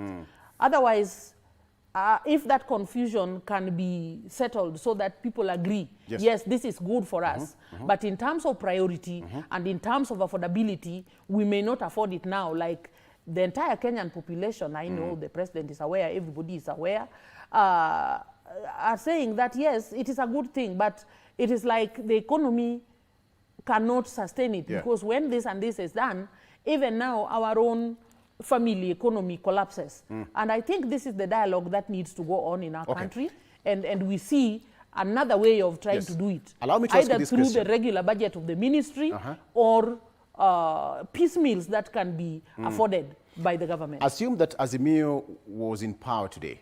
How would you have done it differently? That is what I'm telling you. I told you even Azimio, as at that time I was one of the governors who were campaigning down there in Migori.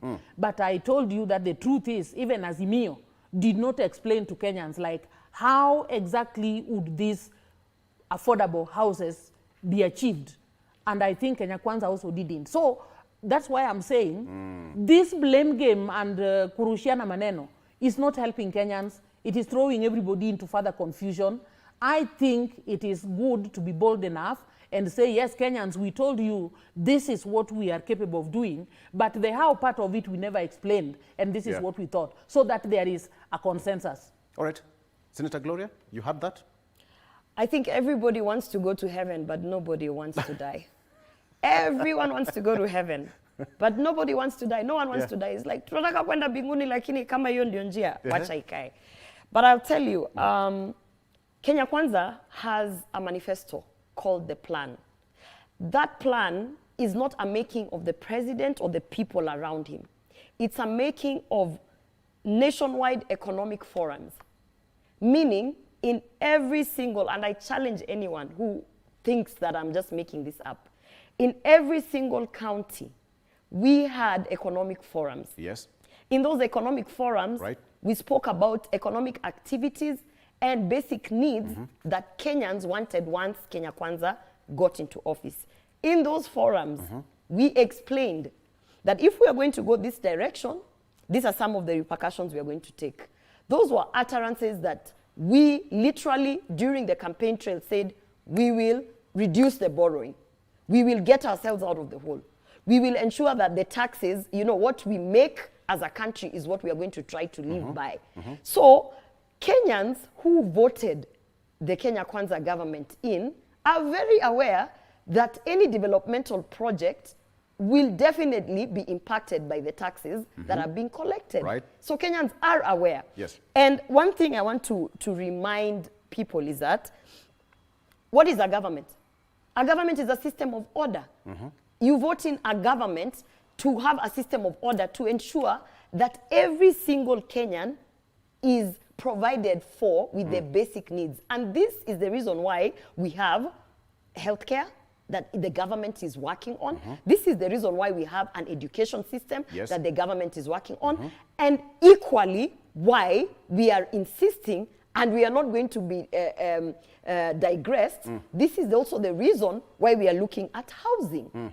So just as we have spoken about the incident of the rogue gas plant in a residential place, those are not government houses. Those are private units that someone is making a killing from Kenyans, right? Now, if that was a government unit, today we would be talking about a completely different situation, because government would be held responsible in totality. Okay. So these are some of the things that, as we are talking about, let's just be honest. If we want to go to heaven, we must die. There is no other way. There is no njia ya kufika mahali tunataka kuenda. It has to be hard work, sweat, and tears. There's no shortcut about it. There's no shortcut. Yes. So every time you keep referencing, oh, United States, oh, Singapore, go there and ask those people what they had to go through to get to the place that they are. You said correctly that during campaigns, I remember we covered that, during public forums, the hearings across the counties, did you at any given point explain to Kenyans how that was going to be achieved? Yes, yes. Did you tell Kenyans that the taxes, the money was going to be deducted from their salary? I am speaking from a very, from a point of information and a lived experience. I was not watching the campaigns from TV. I was in the campaign. I was on the forefront of the Kenya Kwanza presidential campaign. If you go and look at the Kisii Economic Forum, the Nyamira Economic Forum, the Luo Nyanza Economic Forum, all 4 counties that are there, we were talking about housing and we were talking about taxes. And we continue to say at that time and even now that we must reduce the borrowing, if not stop the borrowing, to ensure that we don't keep digging the hole. And you can go back as far back as 2021, you know, and check on the utterances that were, because the campaign, the campaign started early. Yes. So I can speak authoritatively and say that Kenyans were aware. One thing, borrowing is not something that we are encouraging in the Kenya Kwanza government. So, and we spoke about taxes. So the point here is that maybe the feeling that everything should be subsidized and everything should be free. Yes. And what is really free when people talk about free? Free still has to come from somewhere. Still has to come from either our taxes or from borrowing. So the bottom line here is, if we truly, truly care about this country and where we are going, we cannot be fighting developmental projects in the name of this thing is too much. Because in another 10 years, when we don't have any affordable housing at all, because we are stopping this program and all the other government units are probably being written off or sold off or whatever, what's going to happen when we can't even control the private investors who are putting up houses next to dams, next to gas plants? What's going to happen? Okay. It is the responsibility of a government. As I said, a government is a system of order that's there to ensure the poor, the rich, the middle class all have the basic needs. And one of the basic needs there is housing. When you talk about accountability, for example, number one, there's that bit of accountability, and number two is who is going to be given the houses once it's done? I mean, somebody never ever contributed, but here we are. Years later, somebody wants to acquire a house. Dr. Terry, a situation like this one later on will come. The houses are there, yes, but so how will we maneuver about that? Victor, I want to highlight something here. We understand that there was the campaign, but the point that I would like to all of us to appreciate, you know, it is one thing to say that we are going to build houses, we will reduce taxes. But you see now, what is harassing us and why there is this big outcry is what I'm struggling to explain here. Not as Azimio, but as Dr. Pamela Odhiambo, who is a strategic manager. The details are usually sometimes not given everything.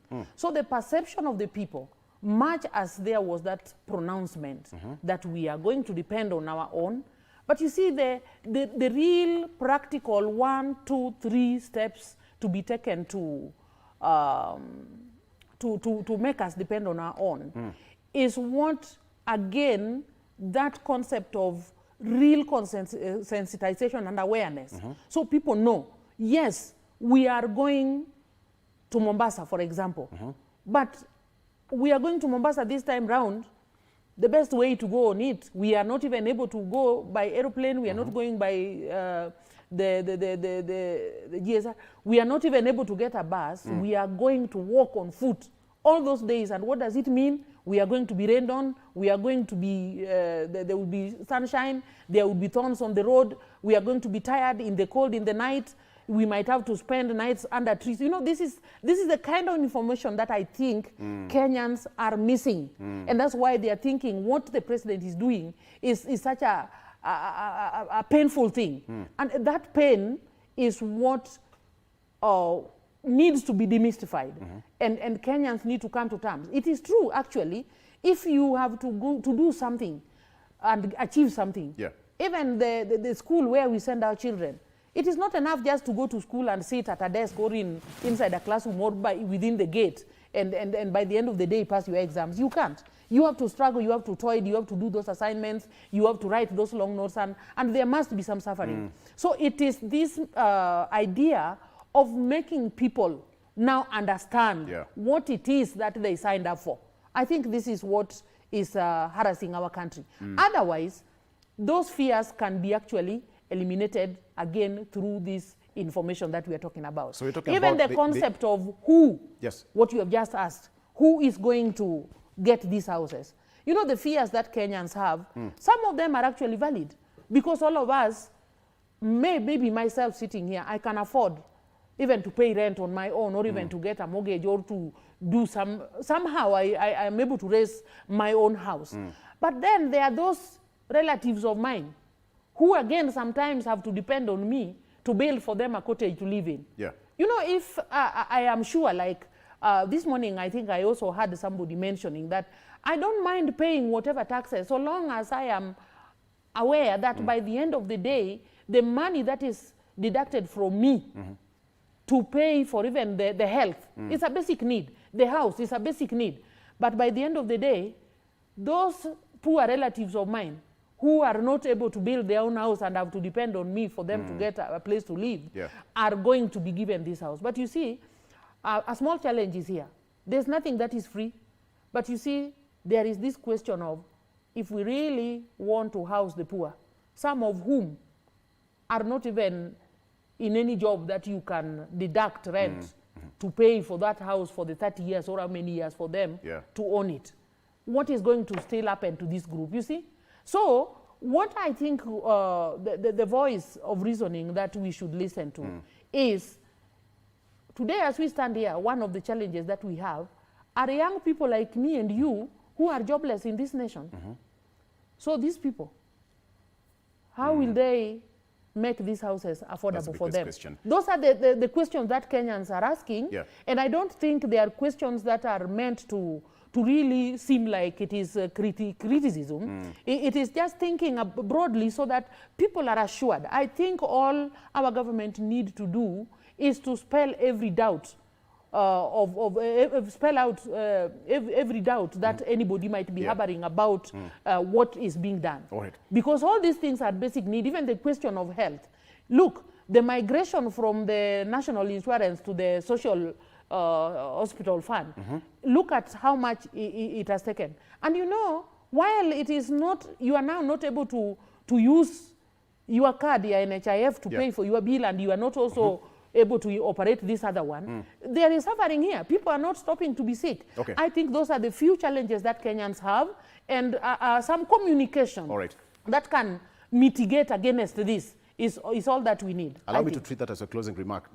Senator, is there hope for this country? We, in February, and questions will still come. The government must still operate, and we must continue to pay taxes. Is there hope? Yes. What do you mean, is there hope? That's not even a question. Right. There's nothing but hope. By the way, we are finally getting out of the worst case scenario an independent country should have ever been allowed to go to. You know? So there's nothing but hope. As a matter of fact, kama tulikuwa kwa shimo huko chini kabisa, sasa ndio tunaanza kuona mwangaza. You understand? So I just want to, and there's something that Mheshimiwa said, that, you know, when we are between the NHIF and the new social hospital fund, now, you know, people are still sick. This is why I'm wondering, why are people going to court? It is like you are ultimately sabotaging the livelihoods, the safety, the health of Kenyans with politics.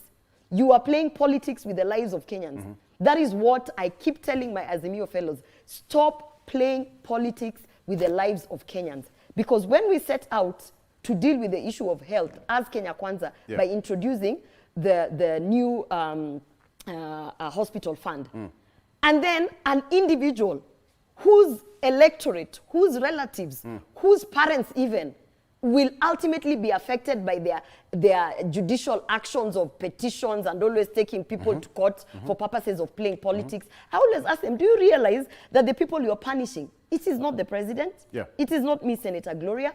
You are punishing the electorate because you are not allowing for this government to actually bring the development that we promised Kenyans. You are going to court unnecessarily. You are daily, on a constant, ensuring that literally, if we are going from point A to B, you are making sure that it is completely impossible, and it's not in an oversight way, because we understand opposition is supposed to play oversight. Senator, but we need to leave. Yes.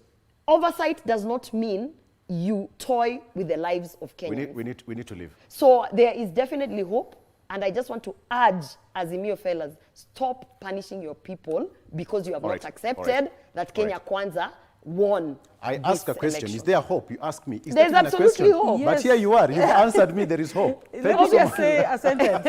Let me just say a sentence. Thank you. No, my producer is here. I'll be fired. I'll be fired. Thank you so much. Next time. Just one second. All right. I still want to speak hope to Kenyans that what we are seeing, let us learn also to endure. Life is full of diminuendos. You know, you go down, up, and there is a time like this. So we can't lose hope. I personally feel there is hope, and sooner or later, may God open some ways of helping our government to sort out all these issues so that Kenyans can be on another beautiful trajectory. Absolutely. There is nothing as good as hope. It's actually even in the Bible that you have to be hopeful. Thank you so much. Daktari Pamela, thank you so much for coming to the show again after a very, very long time. It's good to see you once again. Thank you. Asante sana. And Senator Gloria Oroba, asante sana. Parliament resumes next week. I'm waiting to see some of the bills that you have on the floor and how they will progress. I'll be here to discuss that once we get those bills. Thank you so much for being a part of the show. Let's take a break. After that, we are crossing over to Zinga on Radio Taifa. My name is Victor Lo. Have a good morning. Bye-bye.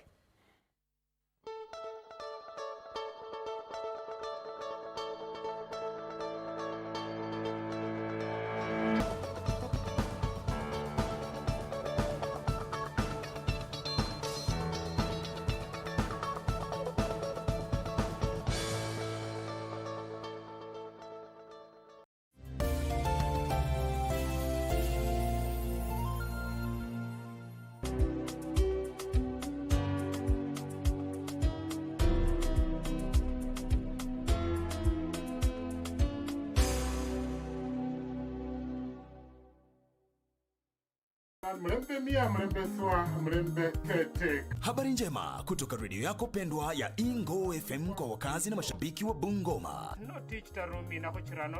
Sasa Ingo FM inasikika Ingo Bungoma kupitia masafa ya 103.5 FM. Sikiliza na uchangie, burudika ukifurahia uhondo wa kipekee kwa lugha ya nyumbani. Awamu ya Baragawi CC, natural sweetness. Kadhalika, tegea Ingo FM ukiwa maeneo ya Kakamega, Busia, Vihiga na Trans Nzoia kupitia 101.5 FM. Iseni koli omwana wa kwendo mkhana wa imoni dala nombo nyala kunanga KK. Ingo FM, ininginingi ye Muitala. 时间的尽头怎么办？我睡不着啊。你已经2天没好好睡觉了。这些装置到现在本身也该做补偿修整了。确实是，所以现在大部分工程师想暂停反映黑箱的工作。这是故障列表和代码。就去抓他呀！你说所有跟他接触的人都自杀了，那是他杀的吗？你证明不了，你没证据。时间的尽头。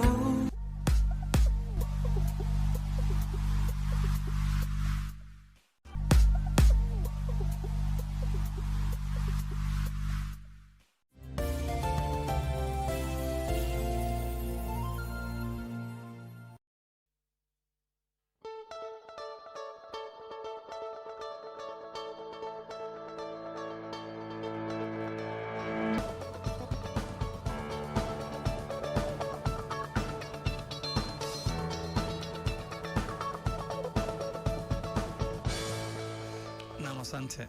Ni muhimu sana kuelewa kwamba serikali ina mfumo wake wa kikatiba. Kwanza ni kwamba serikali ikana imeganya mara 3. Kwanza ni kitengo cha rais, tukakiita executive. Kuna kitengo cha mahakama ambao ndio judiciary ambao sasa tunakiongelea. Alafu kuna kitengo cha utunzi wa sheria ambao ni wabunge, tukiita legislative arm. Asa hizo 3 ndio serikali. Katika hizo 3 majukumu hao yamegawanywa. Ikawa kwamba majukumu hao yamegawanywa, ikawa lazima wao watafanya kazi kwa uwiano, lakini pia kwa hali ya mtazamo wa mwingine. Kwa hivyo kuna utendakazi wa kwanza, lazima kuna wale maelewano utendakazi, lakini mipaka ipo. Ile mradi kwamba mwingine akitendakazi yake kuna mtu wa kumwangalia. Now ile executive ambayo iko na rais ndo iko labda imepewa mamlaka kipaumbele zaidi. Kwa sababu gani? Ya kwamba wao ndo hupewa pesa zote zinazokusanywa kutoka kwa umma, na ile mikopo tunaochukua tukawapa wakagawanya. Wanagawanyia kila mtu. Kugawanya kwa mwananchi kwa huduma zake, kwa mashule, na pia hizi taasisi zingine ambao ni bunge na pia mahakama pia wanapewa pesa na kutoka kwa serikali kuu.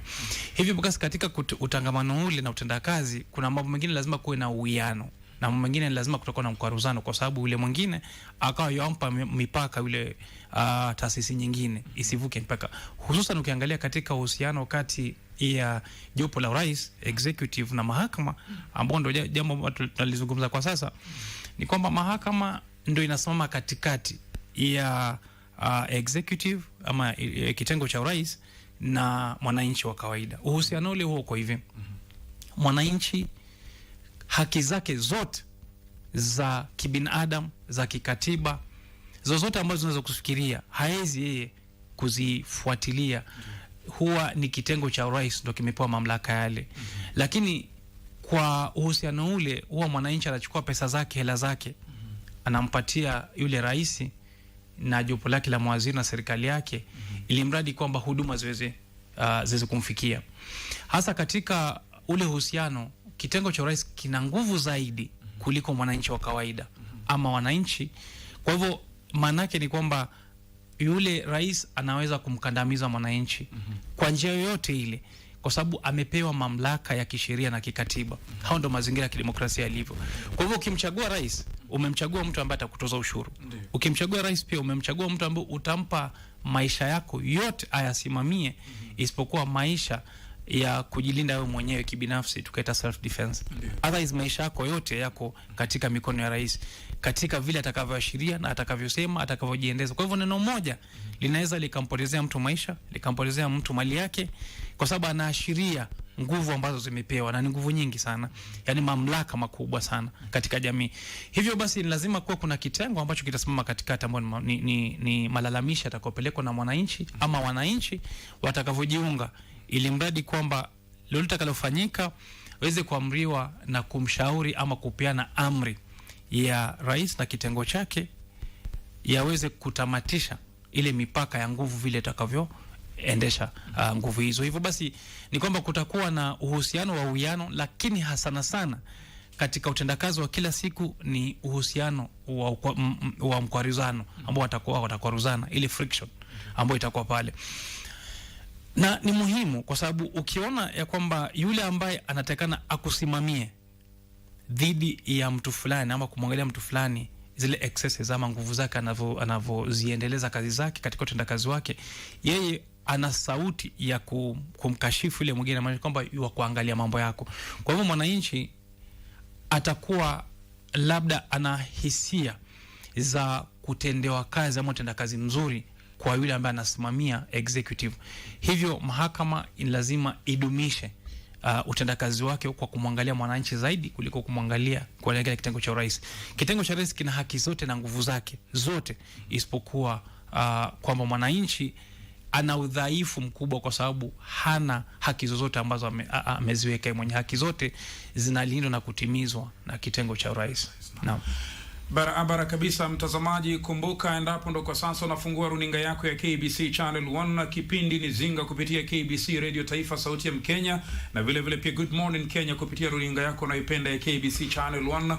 Na ndani ya studio niko naye wakili na vile vile pia mchanganuzi wa masuala ya kisiasa Bwana George Kithi ndani ya studio, tukiweza kuzungumzia kuhusiana na mitafaruk, mianya, migawanyiko kati ya asasi kuu ya serikali chini ya Rais Daktari William Ruto na asasi nyingine muhimu ya mahakama ikiongozwa na rais wa mahakama ya upeo Bi Martha Koome. Katika muda wa hivi punde, mtazamaji na msikilizaji, kumekuwa na mikwaruzano, nipa nikupe kati ya asasi hizi mbili. Je, ni wapi palipo kwenda kombo? Bwana Kithi, nikirudi kwako, baada ya mkutano wa spika wa bunge la kitaifa Moses Masika Wetangula, jaji mkuu Bi Martha Koome, rais Daktari William Ruto na mwenyekiti wa baraza la magavana Mheshimiwa Anne Waiguru, Wakenya wengi walidhania labda huenda kukatokea suluhu, lakini tu bunde baada ya mkutano ule kuna ruling ama uamuzi ulitolewa na mahakama, alafu tena executive ikiongozwa na rais ikaanza tena kurusha madongo. Kwa hiyo mkutano ule ulikuwa ni formality? Nadhani ilikuwa ni mkutano mzuri kwa sababu ilikuwa ni muhimu jaji mkuu ajieleze. Kujieleza kwake ni kwamba sheria inasema hivi ya kwa mimi ndo jaji mkuu, lakini huwa haangalii ama hata ashiria uamuzi wa mahakimu wengine. Kwa hivyo jaji mkuu haruhusiwi kisheria kuchukua simu na kumwambia hakimu ile sheria kuhusu mambo ya nyumba na mambo ya askari polisi wetu kwenda Haiti, nataka useme hivi ama uamuzi wako hivi, hata alifanya hilo na haruhusiwi kufanya hivyo. Rais pia haruhusiwi kumuita jaji mkuu kumwambia mambo ya kesi hizi ambazo ziko pale ambazo tuna interest ama tunao ukaribu wake, ni kwamba tunataka iende hivi. Kwa hivyo mkutano huo sidhani ulijadili mambo ya kesi ambazo zinahusu serikali. Pili, nataka kuambia hivi, wewe kama mwananchi wa kawaida ukishitaki serikali mbele ya mahakama inajibu mashtaka hayo kama mwananchi wa kawaida. Kwa hivyo legal personality ama ule ubinafsi wa mtu aliyeshtakiwa akawa kwamba jaji hata angalia yule aliyeshtakiwa kama hii ni serikali, kwa hivyo acha niwe kidogo makini na haki zake nimpendelee. Hivyo serikali ikienda mahakamani kama imeshtakiwa, lazima ijimudu kama mwananchi wa kawaida, ichukue mawakili wazuri na pia ifanye ile research, uchunguzi wa vile itakavyojimudu. Otherwise inaweza kupoteza kesi na pia ikashinda kesi. Ndio sababu haki za serikali kama imeshtakiwa ni sawa na haki za mwananchi mbele ya koti yote ile ama mahakama yote. Hivyo basi kama kutakuwa na jopo badala ya mahakama ambapo mwananchi wa kawaida hawezi muita hakimu mkuu kumwambia sasa sisi na kesi ya shamba ningependa iende mrengo fulani. Hivyo basi serikali pia haina ruhusa ya kumuita jaji mkuu kando pembeni na kumwambia kuna kesi zangu pale ama kesi zetu, kwa hivyo tuamulie hivi. Hilo haliwezekani. Kwa hivyo haiwezekani kwamba mahakama itakuwa na ruhusa, serikali kuu itakuwa na ruhusa ya kumtafuta jaji mkuu na kuwa na uwiano fulani kwa vile kesi zitakavyoendeshwa. Hilo haliwezekani. Haki ya kila mtu na pia ya serikali ni moja ambao sheria lazima ifuate. Mahakimu pia watatenda kazi yao kulingana na vile watakavyojipendekeza kujieleza mbele ya mahakama. Leta ushahidi, ujieleze, sheria inasema namna ndio kigezo ambacho kitatumiwa. Lakini katika uwiano na utendakazi kila mtu aelewe kazi ya mwenzake. Kwa hivyo ilikuwa ni muhimu kwamba wakutane ili mradi kwamba Bi Martha Koome ajieleze kwa rais hii sintofahamu inatoka vipi na ni vipi ambavyo utendakazi wa mahakama unafanywa. Lakini kutoka hapo hana ruhusa ya kuchukua simu kusema kwamba basi nimekutana na rais, majaji wangu ambao mnafanya kazi chini yangu,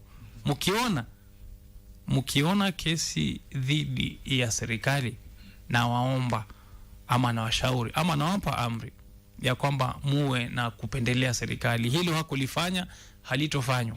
Na pili ni kwamba hata akilifanya, jaji ambaye anafanya hiyo kesi anaweza kumkaidi hakimu mkuu. Kwa sababu gani? Ya kwamba hana ruhusa hiyo. Kwa hivyo hakuna mamlaka kama hayo. Ndio sababu ukaona kwamba ijapokuwa kulikuwa na ule mkutano, maamuzi yakaenda dhidi ya serikali kwa sababu jambo la kwamba aidha serikali ipendelee ama isipendelee, hilo halikuzungumzwa. Lakini pia serikali inaweza kuwa na jopo la kuweza kuwafahamisha mahakimu katika zile tunaweza colloquium ama masomo ambayo yanaendelea kila wakati, kila mwaka, kwa sababu tunao masomo kama hayo, aidha kama si ni mawakili ama majaji, wakaeleza kwamba katika utendakazi wenu kuna ile public interest. Public interest ni kwamba wananchi wanataka kwa maendeleo. Hasa kama unapima hilo, uangalia kwamba ndio sisi serikali kila siku kutakuwa na serikali, tunaweza kufidia mwananchi wa kawaida, ni mwananchi ndiye ambaye haizi kutufidia. Kwa hivyo mkipima hilo, mkumbuke kwamba hata kama tuna makosa, mturuhusu tuende kazi zetu katika hali ya vipimo, ili mradi kwamba mwishowe yule mwananchi, hata kama tunajenga barabara kwa mfano tumeangusha nyumba ya mtu, usisitishe ujenzi wa barabara, kubali tu mwisho utatuambia tulipe gharama kumfidia yule mwananchi namna gani. Labda ni maelezo ambao wataweza kujieleza katika hali ya utendakazi wa kawaida na masomo, ili wale majaji, mahakimu waweze kuelewa public interest katika utendakazi wa sasa na mazingira tulionayo. Manake ni kwa mfano unaweza kusitisha barabara, kumbe ile kandarasi ambayo imewekwa pale ina mipaka yake au makataa, ambapo wananchi bado watalipa gharama kubwa kwa sababu ya ule uvunjaji wa ule mkataba, kwa sababu mahakama imesitisha, imesimamisha. Kwa hivyo ni jambo ambalo lazima wajieleze. Lakini hata kama huo ndo mkataba, serikali pia inaweza kwenda mahakamani na kujieleza kwa mkataba ule ule na kesi ile mazingira ambayo yanajiri, ili mradi kwamba hakimu aweze kuwafahamu vyema kesi inaendelea vipi. Kwa hivyo muhimu ni hivi, serikali ikifika mahakamani haina ukubwa wote, iko sawa na mwananchi wa kawaida, ijapokuwa kuna ile kuwa irritated kusikia kwamba inakwaruzika kwa nini watu wanasitisha mipango yangu. Mimi na manifesto najaribu kufanya kazi kwa roho safi, kuwafanyia wananchi, na wananchi wenyewe bado watakuja na kejeli zao za kesi mahakamani na kunisitisha ninavyoendesha serikali yangu. Hiyo ndio demokrasia. Demokrasia rahisi na ni ghali sana. Na kama umeingia katika jopo kama hilo, kama wewe ni kiongozi, uelewa kwamba lazima kila kitu na uchafu wote utatupwa kama lazima utarushiwa mawe mengi sana. Ukubali kwamba uongozi ndivyo mambo yalivyo. Na asante sana wakili kwa tathmini hiyo ambayo naielezea juu ya swala hili. Lakini kuna wale ambao wanahisi kwamba msaidizi mkuu wa kisheria wa serikali kuu ni mkuu wa sheria, na kwa sasa tukiangalia mkuu wa sheria Justin B. Muturi amewahi kuwa hakimu, amewahi kuwa spika mara 2, lakini hii mianya yote ya ukosefu wa kufuata sheria kutoka kwa serikali kuu, mbona inaonekana na wakili mkuu wa serikali yuko pale? Kazi yake ni nini? Wakili mkuu wa serikali, Attorney General, yule anafanya kazi kama afisi ya sheria ya serikali. Vile mimi ni wakili na afisi yangu, na nimeajiri wanasheria ama mawakili ambao wananifanyia kazi, tuenda kotini, mahakamani, tukirudi na kutenda kazi ambayo itakuja kulingana na ushauri wa wateja vile unavyokuja. Vile vile mteja mkubwa wa Attorney General ni serikali. Na atafanya kazi kama wakili mkuu na chini yake kuna mawakili wengine. Na akifika mahakamani representation ama ule uwakilishi utakuwa sana wakili mwingine. Hivyo basi haendi mahakamani akiwa na privileges ama hali fulani ya upendeleo mbele ya mahakama, la hasha. Pili ni kwamba yeye pia hupeana ushauri hususan kwa rais. Kwa hivyo kumpa rais ushauri si rais afuate ushauri wako. Ni kumwelekeza kwamba kipengele fulani cha sheria kinakuashiri ufanye hivi, na ukifanya hivi itakuwa rahisi, lakini usipofanya hivi, kama kutakuwa na maswali, ikifika mahakamani mahakama itasema hivi na hivi na hivi. Afuate asifuate, sasa hapo ikawa ndo makataa yako yanapofikia kwamba lakini nimempa ushauri. Kwa hivyo akipeana ushauri ile ama opinion ilinafika hapo. Yule rais akichukua microphone, akichukua kipaza sauti na ameona watu, unajua sasa amekuwa mwanasiasa. Ulimshauri jana usiku, lakini leo amekuwa mwanasiasa. Akisema sisi tutawatoza kitu fulani katika hali ya ushuru. Wewe huko hapo, lakini ulimshauri. Na mara nyingine atasema kabla ushauri, atachukua mahali pa umma aseme kitu fulani, na kumbe kinakiuka katiba, kwa sababu kumbuka rais mwanasheria. Kwa hivyo kuna kule kumwelekeza, lakini mara nyingine labda hapeana ushauri mzuri. Hilo ni moja. Pili, akawa yapeana ushauri mzuri lakini haufuatwi. Na tatu, labda ushauri hautafutwi na mambo yanafanyika bila yeye hata kujua. Kwa hivyo ushauri hapeani, na ushauri hawezi kumfikia yule ambaye apeana ushauri kwa sababu hawajaulizwa. Kwa hivyo mazingira yale akawa pia ya utendakazi yapo. Na najua hayo yote yanafanyika. Mara nyingine anapeana ushauri unafuatwa, mara nyingine ushauri hapeani kabisa, mara nyingine yeye mwenyewe ushauri unapeana sio ambao unatakikana kisheria, kwa sababu kumbuka atapeana ushauri lakini yeye si hakimu. Mambo akifika mahakamani yanageuka kwamba alivyosema yeye sivyo, na haambatani na makubaliano ya mahakama yenyewe. Kumbuka mahakama itasikiza pande zote. Kisha hata kama ushauri ulitoka kwa Attorney General, si eti kwamba utakubaliana na yeye, la hasha. Kwa hivyo Attorney General na kama mimi na wakili mwingine tuko sawa mbele ya mahakama. Mazungumzo yetu ni na ushauri wa sheria unavyofanya kama tunavyowakilisha wateja wetu, lakini mwisho wa siku ni kwamba serikali itawakilishwa na Attorney General ambaye ni ndio wakili mkuu wa serikali. Lakini mwisho wa siku lenye kusemwa na sheria itakavyosema ni vile ambavyo mahakama itasema. Na mahakama si Attorney General, mahakama si rais. Yani mahakama ni kama referee wa katikati. Atakapoamua ndio hivyo, hakuna reverse, hakuna VR. Atakavyosema lazima lifuate. Aidha pia kuna rufaa, lakini rufaa pia ina mwisho. Kwa hivyo utakata rufaa, lakini mwisho utafika mahali itakuwa hakuna mahali kwa kwenda huko mbele. Lazima ufuate vile ambavyo mahakama itaashiria ama itakavyoamri. Sasa bwana George Kithi, hata ni vizuri wewe ni wakili huko ndani hapa studio. Tulisema kwamba majaji watatu walikaa na wakatathmini kwamba hakukufuatwa ama hakukuwa na ile public interest katika swala hili la kuweza kuwakata wafanyikazi wa umma wa serikali ule mkato ambao utaenda kwa hizi nyumba za bei nafuu. Na mahakama kumaanisha kwamba kama walisema hakukufuatwa sheria, kumaanisha hichi kitu ni haramu, sio wakili. Lakini bado mimi ni mfanyikazi wa serikali na wafanyikazi wengine mamilioni wanakatwa hizi pesa.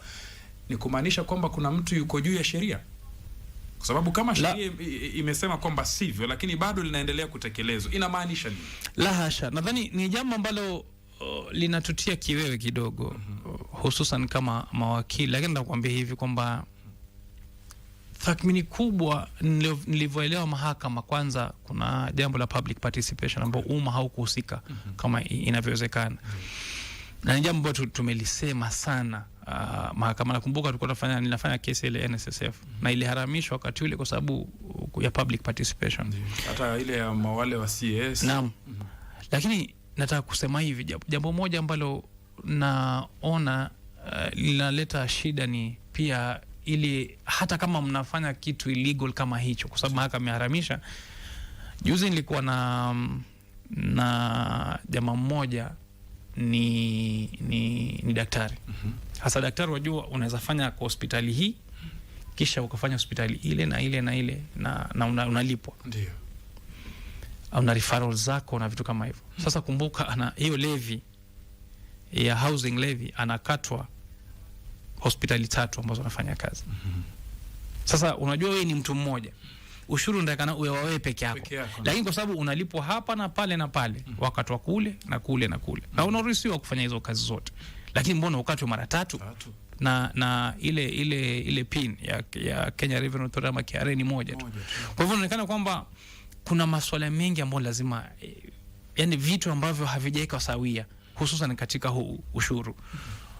Pili ni kwamba kama mmeelezewa, hoja kitu rahisi ni kufuata vile sheria zinazofanya. Ndio. Ni hivi, ukiingia katika kazi ya umma, si kazi yako. Kazi yako unaweza amka pale wakati unavyotaka. Unaweza kufanya kazi, unaweza kwenda popote unapotaka. Unajimudu mwenyewe. Ukiingia katika afisi ya umma, tunakumudu kama wananchi. Yaani tumekuambia katika afisi hii ukikaa wewe ama mwingine, utakuwa utendakazi wako utakuwa huu na huu na huu. Kwa hivyo ni mkataba sisi na wewe. Wewe ukiingia pale, wewe ni mtumwa wetu. Na tutakwambia fuata sheria namna hii. Tukwambie ndio utende.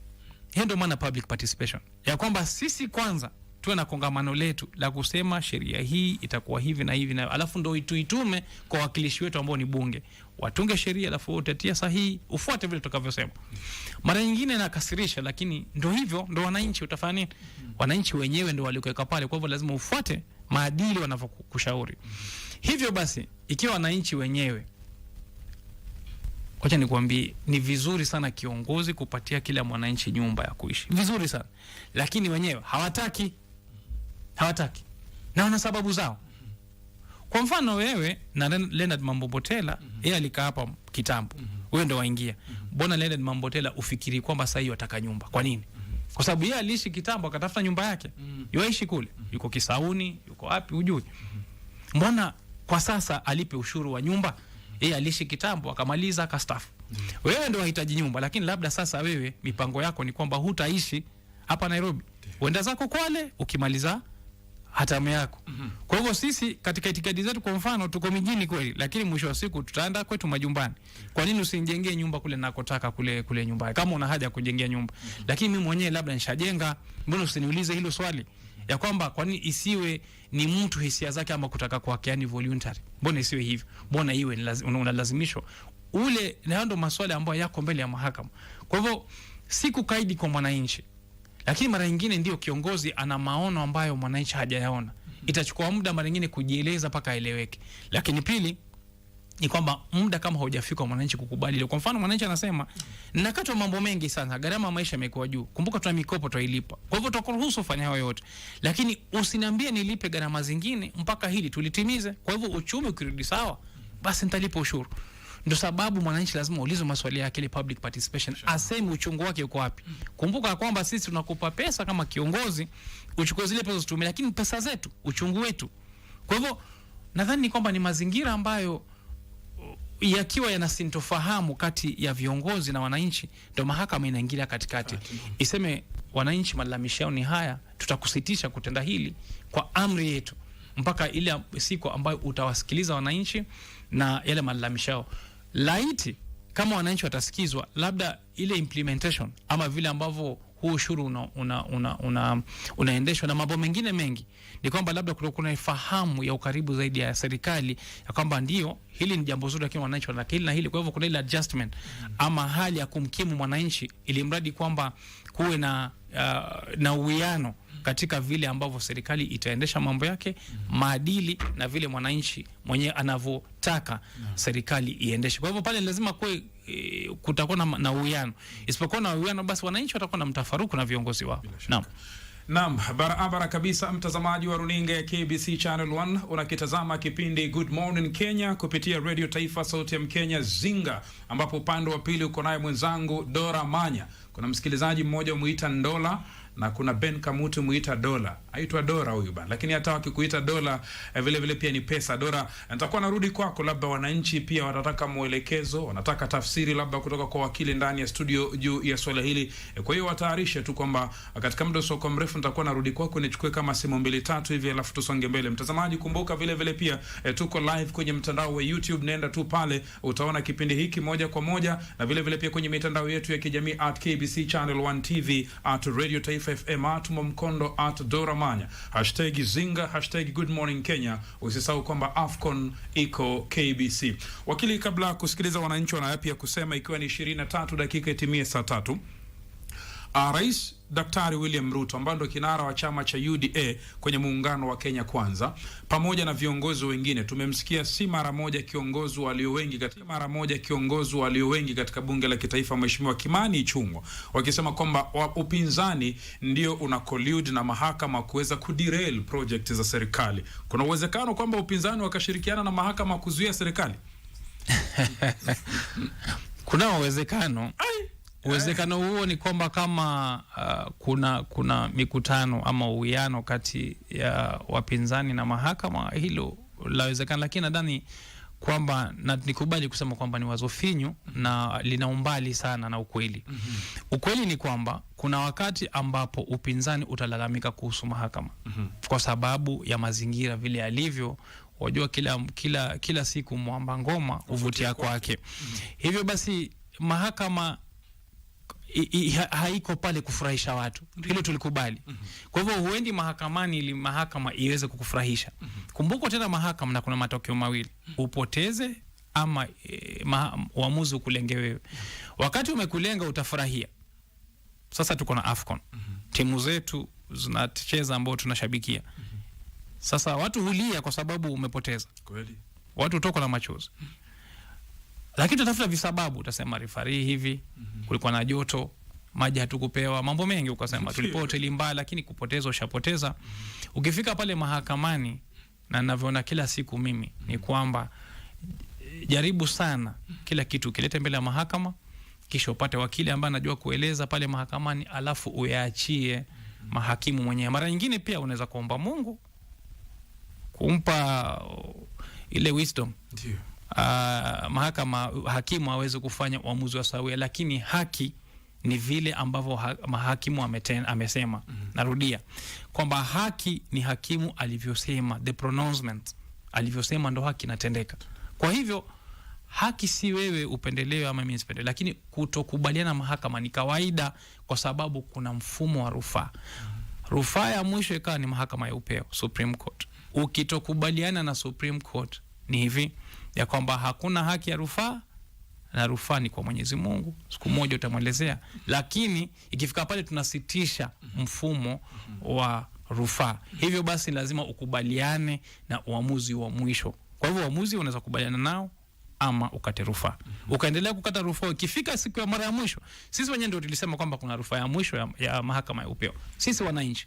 Kwa hivyo lazima tulikubali hilo. Na pia kumbuka kwamba haki si vile mtu anavyohisi yeye mwenyewe. Haki ni uamuzi utakafanywa na mtu ambaye hakuwepo wakati mambo yanatendeka, kama makosa yanatendeka, malalamisho yanafanyika. Hivyo kama mahakama haipo pale pa maisha yetu ya kila siku. Kwa hivyo tulikubali hilo.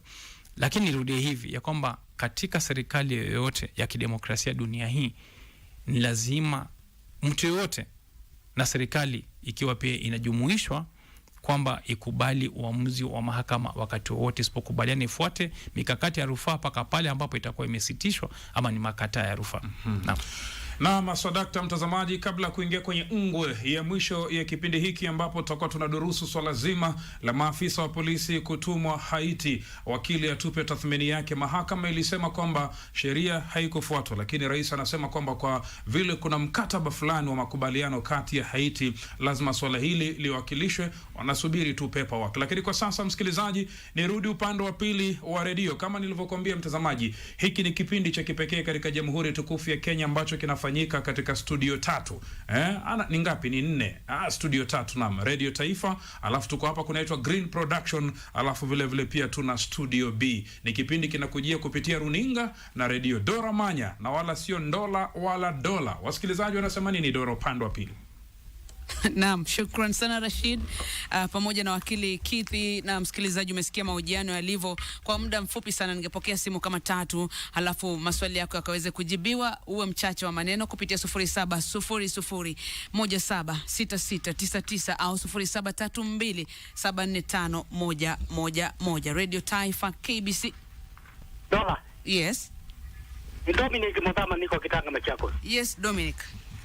Swali langu ni hii. jaji anaweza kuamua kesi.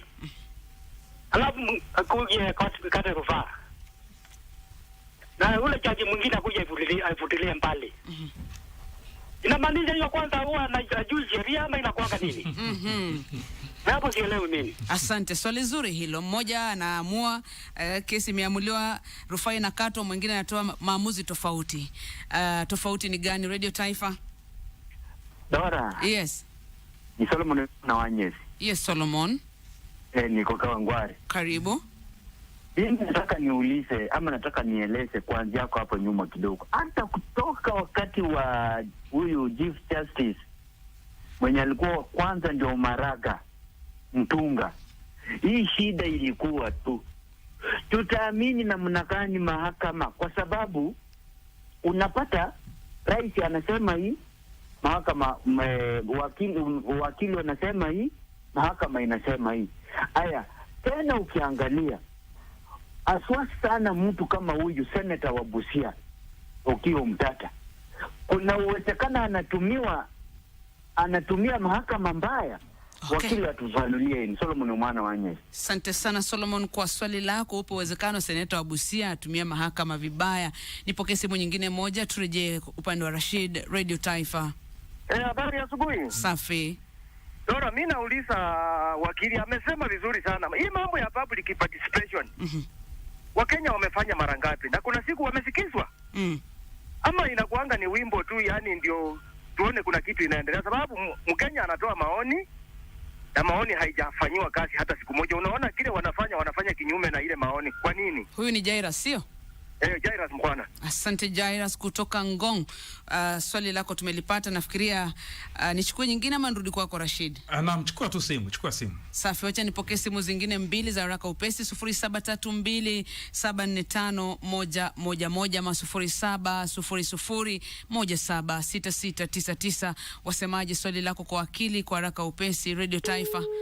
Pole sana, huyo anatoweka mbio sana. Nafikiri rudi kwako Rashid, alafu ukiwa na muda utarejea upande wa huu wa pili. Naam, wakili, turudi sasa ikiwa ni saa 3 kasoro dakika 16 kujibu haya maswala, alafu tuingie moja kwa moja kwenye swala la Haiti.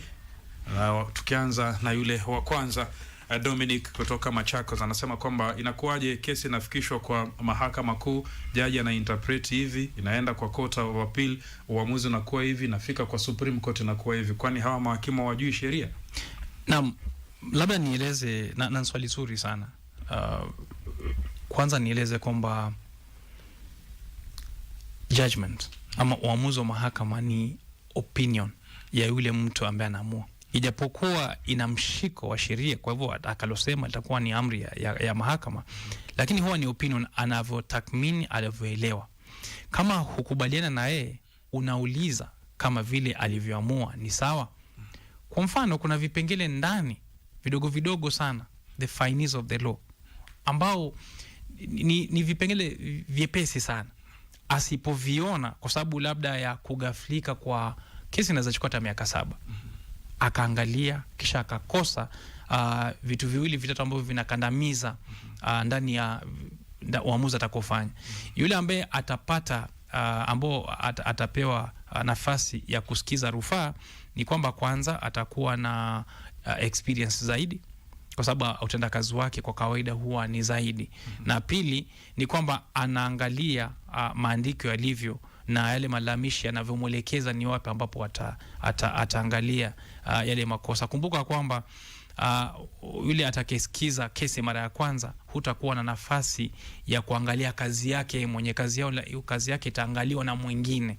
Yeye atafanya kazi yake, alafu kuna yule atakayemsimamia ama atakayeangalia mara ya pili. Kwa mfano, kukaa kuna mfanyikazi na supervisor wake. Yule supervisor anaangalia umefanya kazi kivipi, na kwamba atakuelekeza vyema. Kwa hivyo ni muhimu kuwa na mikakati kama ile, hususan katika mahakama, ili mradi kwamba haki itendeke, lakini itendeke kwa dhamira na uthabiti wa kuchunguzwa hata zaidi ya kwamba imetendeka kwa haki. Kwa hivyo haki haizi kuwa na ile guesswork, lazima ifanywe, kisha ikichunguzwa tena ionekane kwamba ni kweli imefanywa, na isipofanyika basi irekebishwe ile haki iweze kufanyika. Ndio muhimu wa rufaa. Nadhani swali la pili lilikuwa linaelekeza kwa mambo ya public participation. Kweli. Public participation, tuko na shida moja hapa nchini. hakuna sheria ya public participation. Hakuna. Bunge halijatunga sheria ya public participation. Vipo vipengele hapa na pale kwamba kuna public participation, lakini hakuna kigezo cha public participation ambayo tunaita content ya public participation. Kama kwa mfano katika kijiji kuna ashiria kwamba MCA amesema mimi nitajenga choo, lakini kuna vyoo 7. Kwa hivyo unataka kujenga cha 8 kwa sababu unasema ni choo fahari. Lakini wananchi wenyewe wanataka ujenge hospitali. Ndio. Je, wananchi wakija wakitoa maoni yao kusema sisi tunataka hospitali, hatutaki kile choo. Aidha MCA aseme ni lazima njenge choo. Je, wananchi wamesikizwa? Kwa hivyo umuhimu wa public participation kuelekeza viongozi ina mshiko gani? Yani ina mshiko gani kwamba ule kiongozi atafuata vile wananchi walivyosema. Public participation kwanza ni kwamba ni lazima ifanyike kwa ukubwa ya wale washikadau katika ile jopo. Kwa mfano mambo ya matangazo, KBC isikizwe na vyombo vingine vya habari visikizwe, labda shule na wale ambao wako katika jopo hilo wasikizwe. Kama ni mambo ya sheria utasikizwa kwamba utasikiza wananchi, pia utasikiza mawakili. Kwa hivyo public participation setting kila mtu asikizwe, ni wale washikadau wanahusika ambao watakuwa wasiposikizwa, jambo likitendeka wanaweza kuathiriwa na watakuwa affected. Na jambo lingine pia ambalo ni muhimu ni kwamba utakalosema labda je lina kandamiza ama lina mshiko kwa yule anayekusikiza ambaye ndiye atafanya uamuzi. La, kwa sasa hakuna. Ndio tukasema kwamba lazima sheria ibuniwe, tujue maana public participation na itakuwa na mshiko gani kwa mwananchi. Kwa hivyo utakumbuka kwamba malalamishi ya kama vile msikilizaji alivyosema ni ukweli kwamba sisi tuaitwa kwa public participation. Kwanza mara nyingi hawaitwi, lakini wakienda ni kwamba tutakayoyasema twasema tu, lakini twampigia mbuzi gita ya kwamba hatusikizwi. Ni maneno ambayo twayasema lakini hisia zetu tusikizwe tu, lakini baada hapo watu wanafuata mambo yao. Kwa hivyo labda muhimu ni kwamba hatujakuwa na sheria ya kumudu public participation na maana yake ambayo itakuwa labda inamudu na kumweka sawa yule ambaye ataendeleza lile jambo ambalo limehusiana na ile public participation, kwa sababu mwananchi anataka kusema kwamba sauti yake isikizwe. Je, public participation inampa mwananchi sauti? Na mimi jibu langu hapo ni kwamba halimpi sauti moja kwa moja, ni hiari ya yule ambaye anamsikiza na kuchukua ile maoni aidha kwa uzito ama kutoapa uzito kulingana na mazingira yeye mwenyewe labda ya kibinafsi na labda ya yale mamlaka ambayo yako nao. Aidha mwananchi pia hana mshiko wa kisheria kwa maoni yake anavyoyapeana. Swali la mwisho kabla kuingia kwenye swala hili la Haiti, kuna bwana mmoja akasema kwamba wakati wa Jaji Willy Mutunga, David Kenani Maraga na Martha Koome, sinema ni hiyo. Shida iko wapi? Sinema ni hiyo na sinema haishi leo. Wala haitowaisha. Ndio. Hii ni series. Itaendelea na haina mwisho. Na muhimu wake ni hii ya kwamba aidha kwa sababu executive na judiciary wanamtazamo wanele oversight. Iko kwamba judiciary wanaambia executive mipaka yenu ni hii, lakini executive pia kumbuka wanataka kufanya kazi zao. Kwa hivyo kule kusitishwa kwao kuna kama kuwakandamiza kikazi. Kwa hivyo mtafaruku na ile sintofahamu kati ya kitengo cha rais na kitengo cha mahakama utaendelea leo na jadi. Marekani hilo tunaliona kila wakati. Mara nyingine mahakama inakataza ile Obamacare iliyokuja, ilienda kwa mahakamani, vipengele fulani vikaharamishwa na mambo mengi mengine.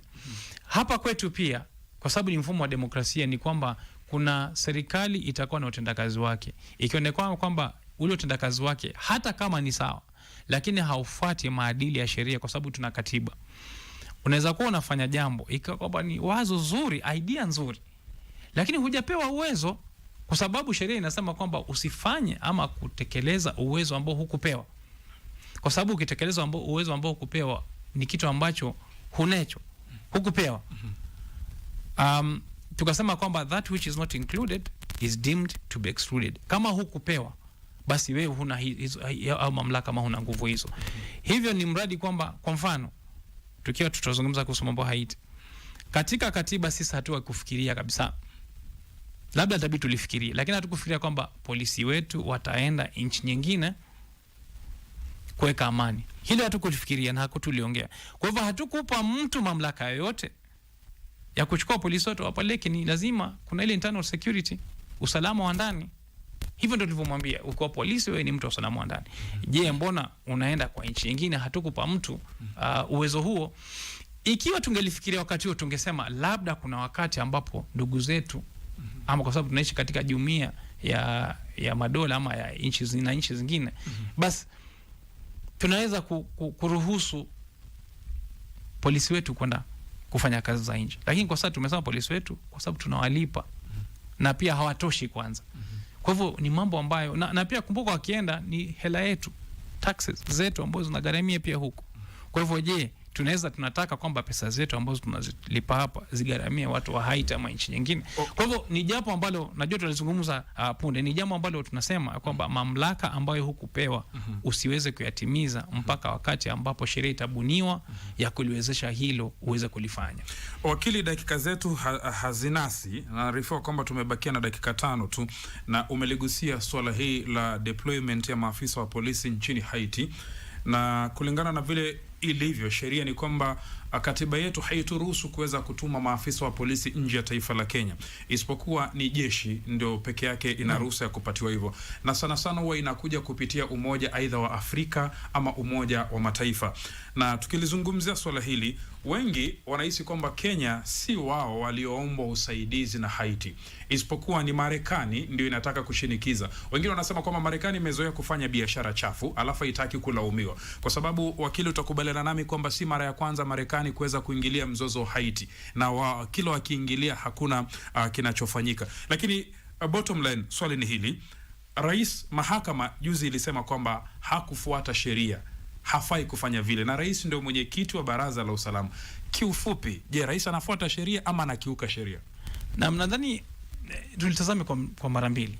Na kwa haraka mbele sema kwamba tuna wakati ni kwamba nchi ambazo zina uwezo zaidi duniani zina mambo mawili. Kwanza, katika sura ya kidunia zinatakana zione kwamba zinatimiza sheria za kimataifa. Pili, wao huwa na mfumo wa proxy wars, vita vya kuambatanisha, ili mradi kwamba wao wenyewe hawako pale lakini vita ama vile wanavyotaka kufanya wafanyike. Russia ina tuhuma za wale jamaa wa Wanya, Wagner wale mamluki na Ukraine wanapigana nchi za Afrika, lakini Russia haiko pale. Lakini tunajua kwamba hivi vita ni vya Russia. Marekani pia hutawaona wao wenyewe wakija wakipigana, lakini kumbuka kwamba tuhuma ni kwamba wanatumia watu tofauti tofauti kutimiza malengo yao. Mara nyingi ni malengo ya kiuchumi. Hivyo ni makosa kwa Marekani kushindikiza kwa sababu ya mkataba. Aidha pia rais labda wakati huo hakuelewa vyema, ama angekuja kutuuliza kama wananchi ama vyombo ambavyo vingempa ushauri. Lakini labda tofauti ambayo tuko nayo hapa ni kwamba tunaenda kwa nchi ambayo Marekani imechukua majukumu lakini nataka kuyatupa kwetu. Labda tulijipa labda roho ya kutaka kusaidia, lakini kumbuka pale ni gharama fulani. Sisi wenyewe hatujajua, kwanza hakuna ule uwazi wa nini kitakachofanyika na vijana wetu watalipwa kivipi. Ndugu yako wewe ama mtoto wako achukuliwa apelekwe Haiti. Je, akienda kule akifariki, vifo vitatokea lazima kwa sababu ya hali ilivyo ya mazingira kule. Akija hapa, bibi yake na familia yake wataweza kufidiwa kivipi? Kwa sababu kuna mjane na pia kuna watoto ambao wameachwa na mzazi wao. Mfumo wa kuweza kuwafidia ni gani? Na pili, je, akiwa sisi tunamlipa mshahara hapa kwetu alafu analinda wengine, hatulindi sisi, halindi usalama wetu wa kawaida, je, hilo ni jambo ambalo tunalikubali? Kwa hivyo ni maswali ambayo lazima tuyazungumze, hata kama kuna zile international obligations. Wakati wowote ambao kuna sheria ya kimataifa ambayo imebuniwa inaletwa hapa nchini iende bunge, je, tunaikubali ama tutaikubali kwa vipengele gani ambavyo hatutavikubali?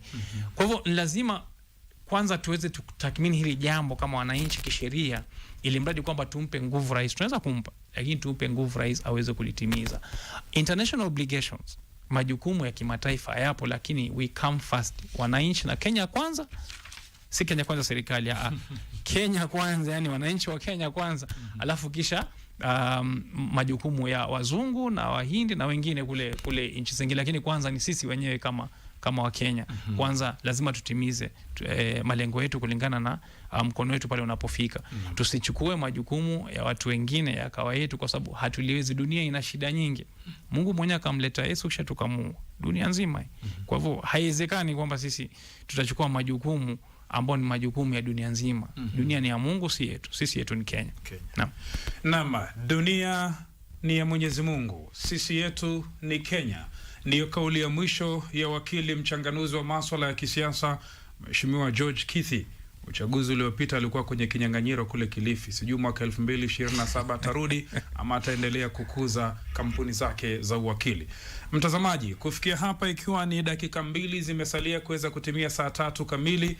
Saa 3 kamili utakuwa unapata taarifa ya habari kupitia KBC Radio Taifa Sauti ya Mkenya, kama itakavyoletwa kwenu naye Jona Ngare. Mtazamaji, mimi hapa nimekaa, yangu ni sauti na suti na makeup tu. Lakini hii kazi yoyote, kuna watu nyuma ya hizi kamera, nyuma ya hizi mikrofoni, wanafanya kazi kubwa sana. Niseme shukran sana kwa idara ya kiufundi ya redio, kwa wale ndugu zangu kutoka CAR, asanteni, na vile vile pia wale mafundi wa mitambo, ndugu yangu Kimani na Clesensia Ndilo, asanteni. Vile vile pia mtazamaji, asante sana kwa wapiga kamera wangu hapa ndani ya studio. Kuna kina dada hapa, kuna kina kaka, shukran sana kwa kazi kubwa.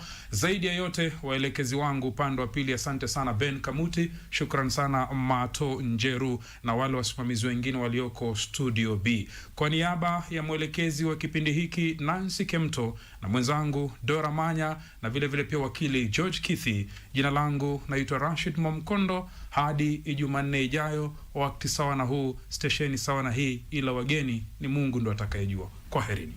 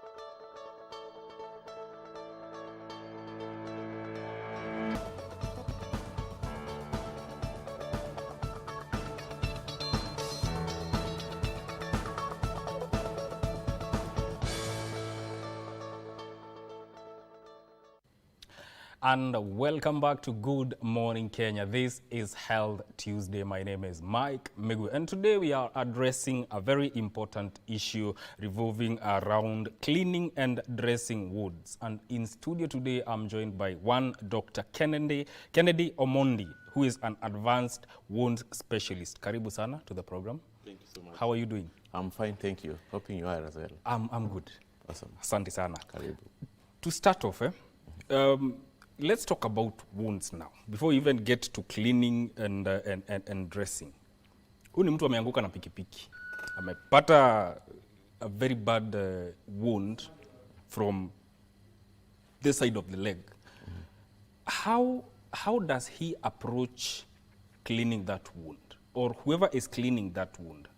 How does he or she approach that? And also, And also I'll also want you to address what type of wound is that?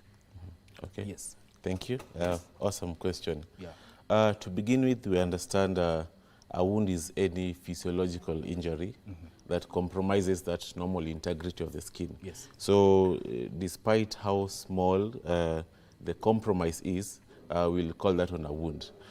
So a wound arising from an accident, let's say with a motorbike or whichever kind of an accident, that's a traumatic wound. It will immediately, it's an acute wound, but falling under trauma. We also call them degloving injury, depending on the nature of fall. Like ameanguka, a large area of skin has been avulsed from the skin, so we call it degloving injury. It's a traumatic wound.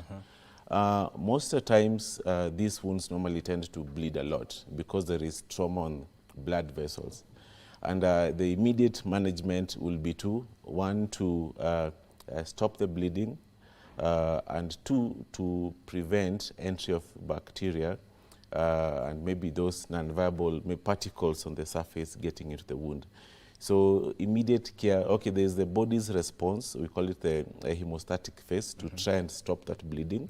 But at times, if the body is not capable of doing that on its own, then secondarily we'll need to apply pressure on this bleeding portion so that we can be able to contain bleeding or help stop the bleeding. Okay. That's the immediate care.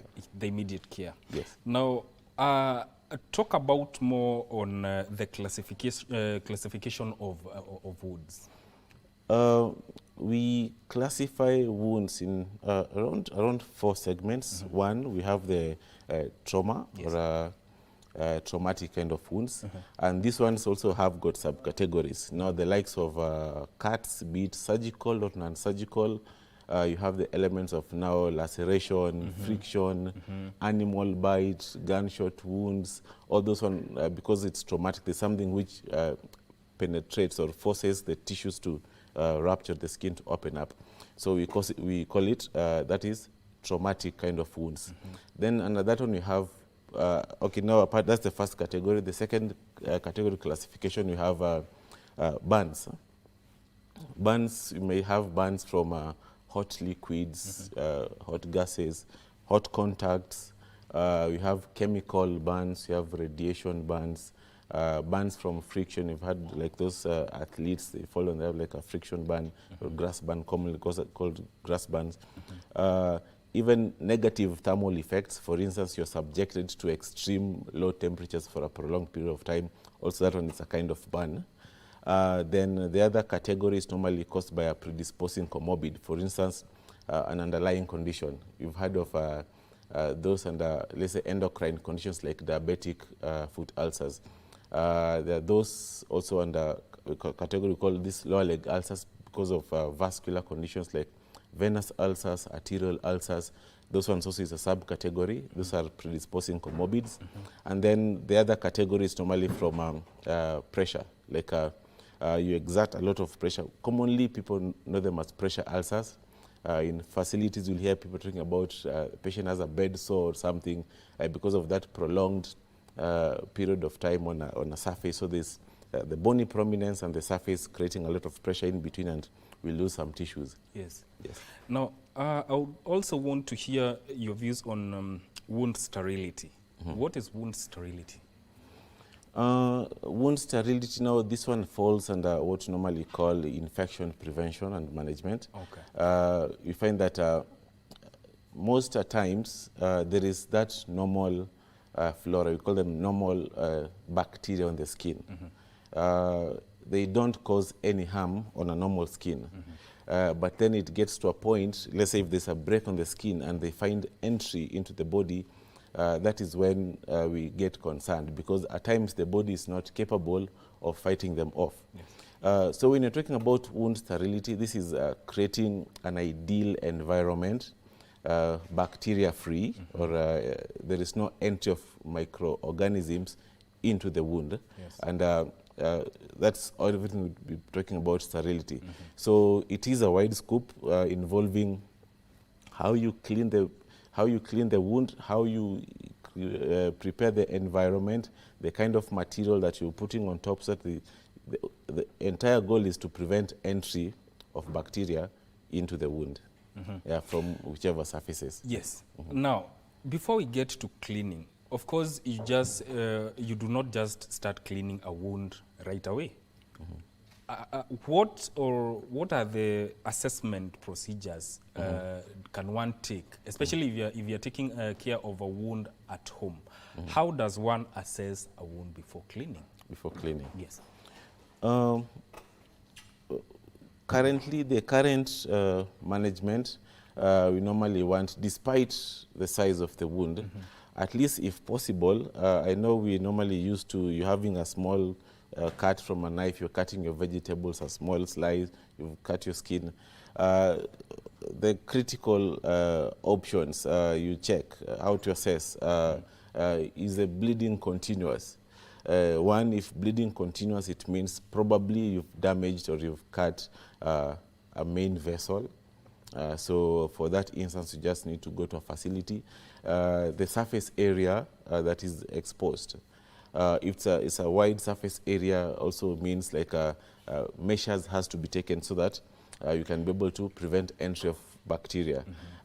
Consider the element of pain as well. There are some that do not, the pain is just excruciating, maybe the pain is persistent, does not respond to normal household painkillers, as in now for such ones as well, you need to go to the facility.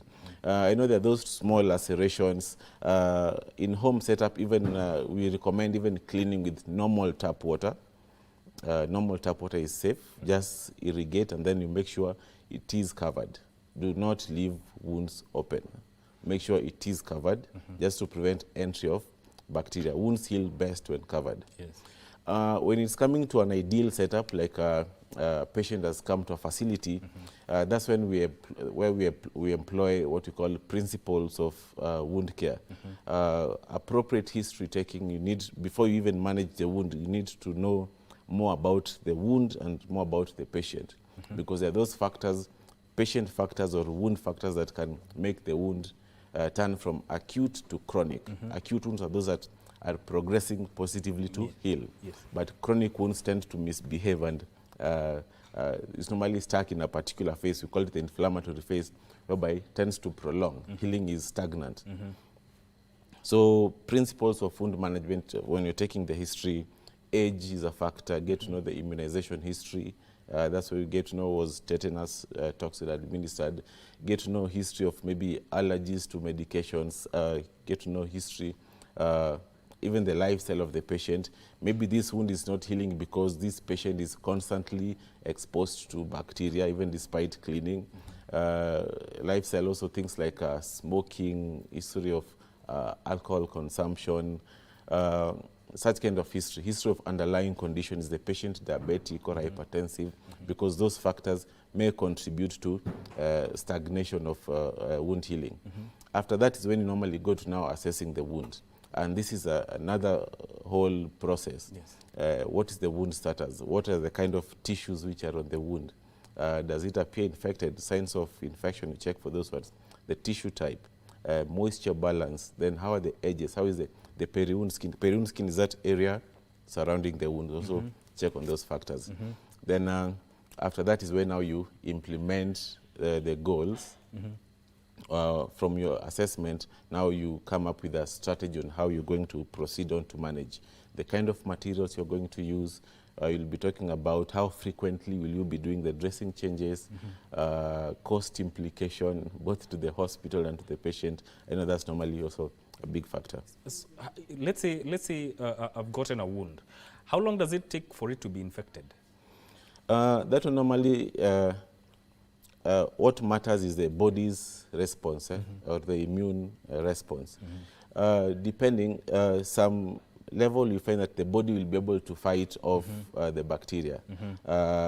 We don't need to intervene. The body can be able to do that. Yes. But there are those instances whereby the bacteria can be able to initiate an immune response whereby it's overpowering, let me call it, it's overpowering the body's capability to fight it back. Yes. That's when we say the wound is infected. It might be immediate, it might take even years I've seen a patient who has had wounds for several years, and the wound is not infected, but there are other factors that are making it not to heal. So you can't say this specific time span. It just depends on the body's immune response. Yes. If it's overpowered, then the wound gets infected. Yes.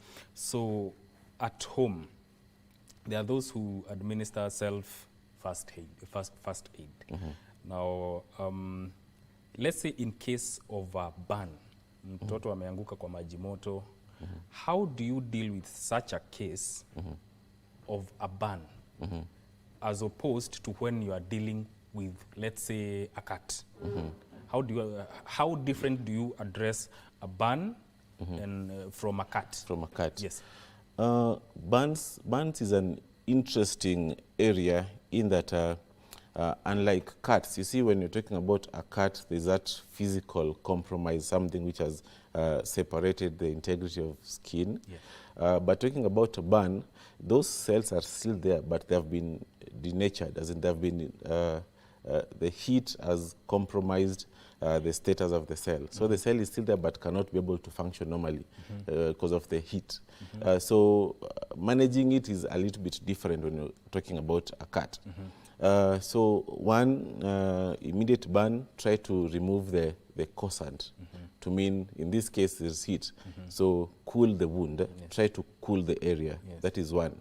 Do not break blisters.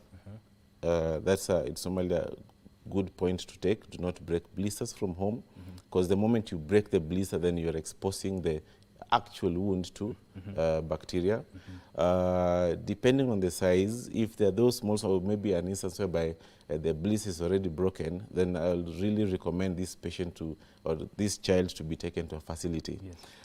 We also normally check we look at the surface area of the burn. Using the size of the child, I know that in an advanced setup, there's normally a rule that we normally check for, the percentage. For children at any age, take them to hospital. Yes. On that note, we are going to take a short break. Okay. And we'll continue on that point. We're taking a short break. We'll be right back.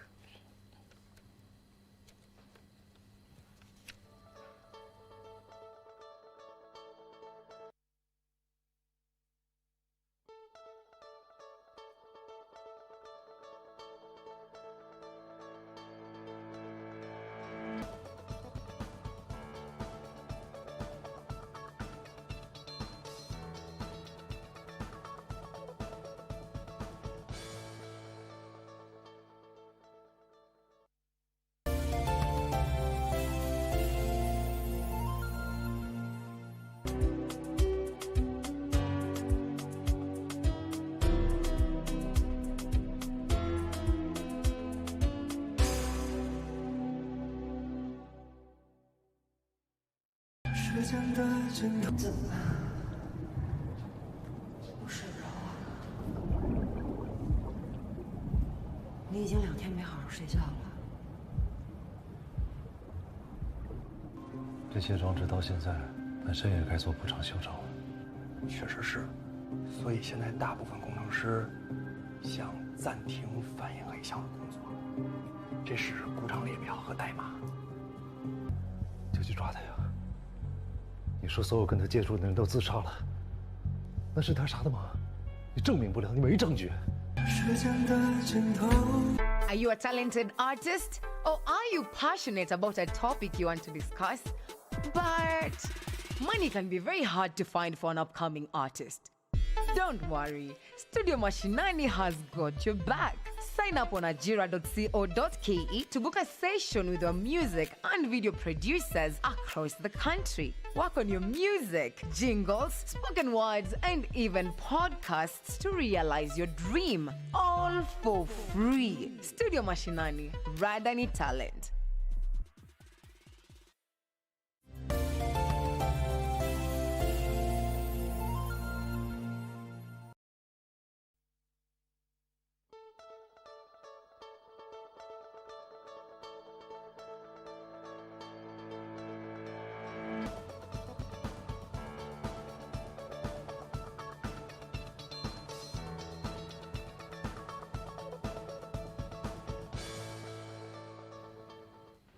Welcome back to Health Tuesday, and the conversation is centering around cleaning and dressing wounds. Daktari, before we went on a break, you were talking about how to address a burn differently from a cut.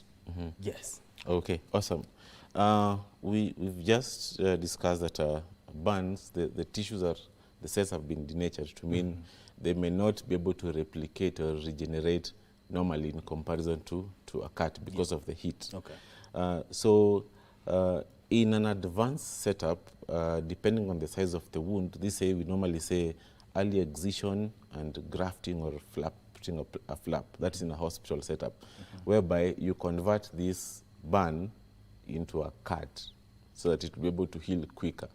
Remember, the cells in burns, they cannot be able to replicate because of their nature. The heat has denatured in a complex way the protein structure. So normal wound healing cannot happen because the cell is still there, but it's non-functional because of the heat. But now when you convert this burn into a cut, whereby you just slice off that portion that is burnt, and then now you convert it to an acute wound, so you can consider doing a graft or a flap, it heals quicker. Yes. Other options, depending on the depth, there are advanced dressing materials that can be used, like in grade 1 or grade 2 kind of burns. Those ones respond quicker. So we have a lot of advanced dressing materials which can be able to help regenerate the skin back. We'll come to the dressing materials, and I'm just thinking about a person who, let's say, has gotten a burn, but has no access or no faster way of accessing medical attention. How does the person now addressing, or the person who is taking care of him or her, how do they address cleaning this wound, taking care of it, and ensuring it does not fester and is on the right path to healing? Burns, we've said it's an interesting area. One, we said, we talked about blisters, do not break blisters, and how to manage these blisters if they are there, ensure they have optimum moisture. So we normally apply water-based moisturizers on them so that they remain soft and not possible, the skin can be able to be flexible enough not to break. In an instance whereby it breaks, we have available materials. They're readily available in facilities. Not really the best choice, but they're capable of ensuring the burn remains optimum moisture, plus they provide at least basic antimicrobial cover. This is available in all pharmacies at no prescription. But we do not recommend self-care when it's coming to burns. Because they tend to take a little bit longer. Unless those small size, there's a blister, the blister can at times, most of the times, can be able to resolve back. The body can be able to absorb it back, and you find that the skin integrity gets to normal. But in an instance where it's a persistent blister, or maybe at risk of even breaking, do not have it like a self-care, just have it taken care of from the facility. I would recommend those actions. Absolutely. Now, there is the idea of, people, I've seen cases where people use hydrogen peroxide or alcohol to take care of their wounds, especially cleaning the wound. But hydrogen peroxide and alcohol are not the top of recommendation. Why is that? To begin with, remember a good percentage of the body is water. I'm very sure you all know of that one. Yes. So anything where there is some salt, we normally call it sodium chloride in the body as well. So there's a recommended level of that. That is one. So anything that is going to alter the concentration of that means there is some impact on the cell. So cellular regeneration becomes poor and wounds tend not to heal. Hydrogen peroxide is toxic on exposed structures, like even those young growing cells. I know people normally see You put hydrogen peroxide, the way it forms, you say, now this is working. Exactly. This is cleaning the wound. Yes. You're actually causing more harm than good. You're damaging those granulating tissues, the tissue that is meant to close this wound. It's burning, actually. There is no recommendation for applying hydrogen peroxide. It's an industrial chemical. Leave it for the industries and machine. Yes. Use it for cleaning surfaces, not for cleaning wounds. And the same is alcohol. I know it has we call it antimicrobial properties. We've used it to clean surfaces, to disinfect areas. They are toxic when it's coming to these growing tissues. We call them granulation tissues. Do not, if I could be able to talk in red, yes. do not apply such on wounds. Now, I'd also want to know, why is alcohol then used as a sterilizer? It is bactericidal on surfaces. There is no recommended constitution or concentration for it on the wounds. So we cannot be able to say alcohol is safe to sterilize or we can use it on intact skin. Let's say you want to give an injection, and so is most of other preparations. You use them for skin preparations prior to a procedure, prior to a prick. Disinfect surfaces. You've seen a patient before you give an injection, it's an alcohol swab. You swab the skin before you give an injection. Yes. That is okay. But once there's that break of integrity, we do not recommend. Yes. Yes. Now, let's talk about chronic wounds. How is the cleaning? Are there special considerations when it comes to cleaning and dressing these wounds? What are the things that a person needs to look out, and how different is it from when you're dealing with a normal wound? Chronic wound, okay, that's a categorization. So we normally have two. We have an acute wound and a chronic wound. Acute wound is one which is progressively healing. There's something normally called the phases of wound healing. They are continuous without any break. Yes. But when talking about a chronic wound, it means there is stagnation in one of the phases. This phase is normally the inflammatory phase. So the wound is stagnant there. So some of the factors that will make it stagnant, one is infection, two is presence of non-viable tissue with these dead tissues. Remember, good tissues cannot grow on top of bad tissues. We have now other elements like underlying conditions, for instance, glycemic controls when coming to diabetic patients. There is many other re-injury. A lot of stuff can make this wound, this chronic wound, not to heal. So the special consideration normally falls down on, when you remember when we talk about wound assessment, we normally call it wound bed preparation, whereby you identify and remove the barriers of healing. So this wound is not healing. Now you get to know the reasons why is this wound not healing. So you'll be just identifying and removing these factors. If it's infection, now this is where the special consideration comes. What kind of materials do you use to manage infection? If there's an element of moisture balance, there is either too much moisture or there is less moisture in the wound. There are several also advanced materials that you use to take care of the moisture to balance, you get optimum moisture levels. If it's an element of the edges, remember at times some wounds tends to take longer until the edges starts carving. How do you address those factors? So those are the special considerations, just to identify what is making this wound not to heal and remove them. Yes. The goal is normally to make chronic wounds acute, so that they can continue to heal.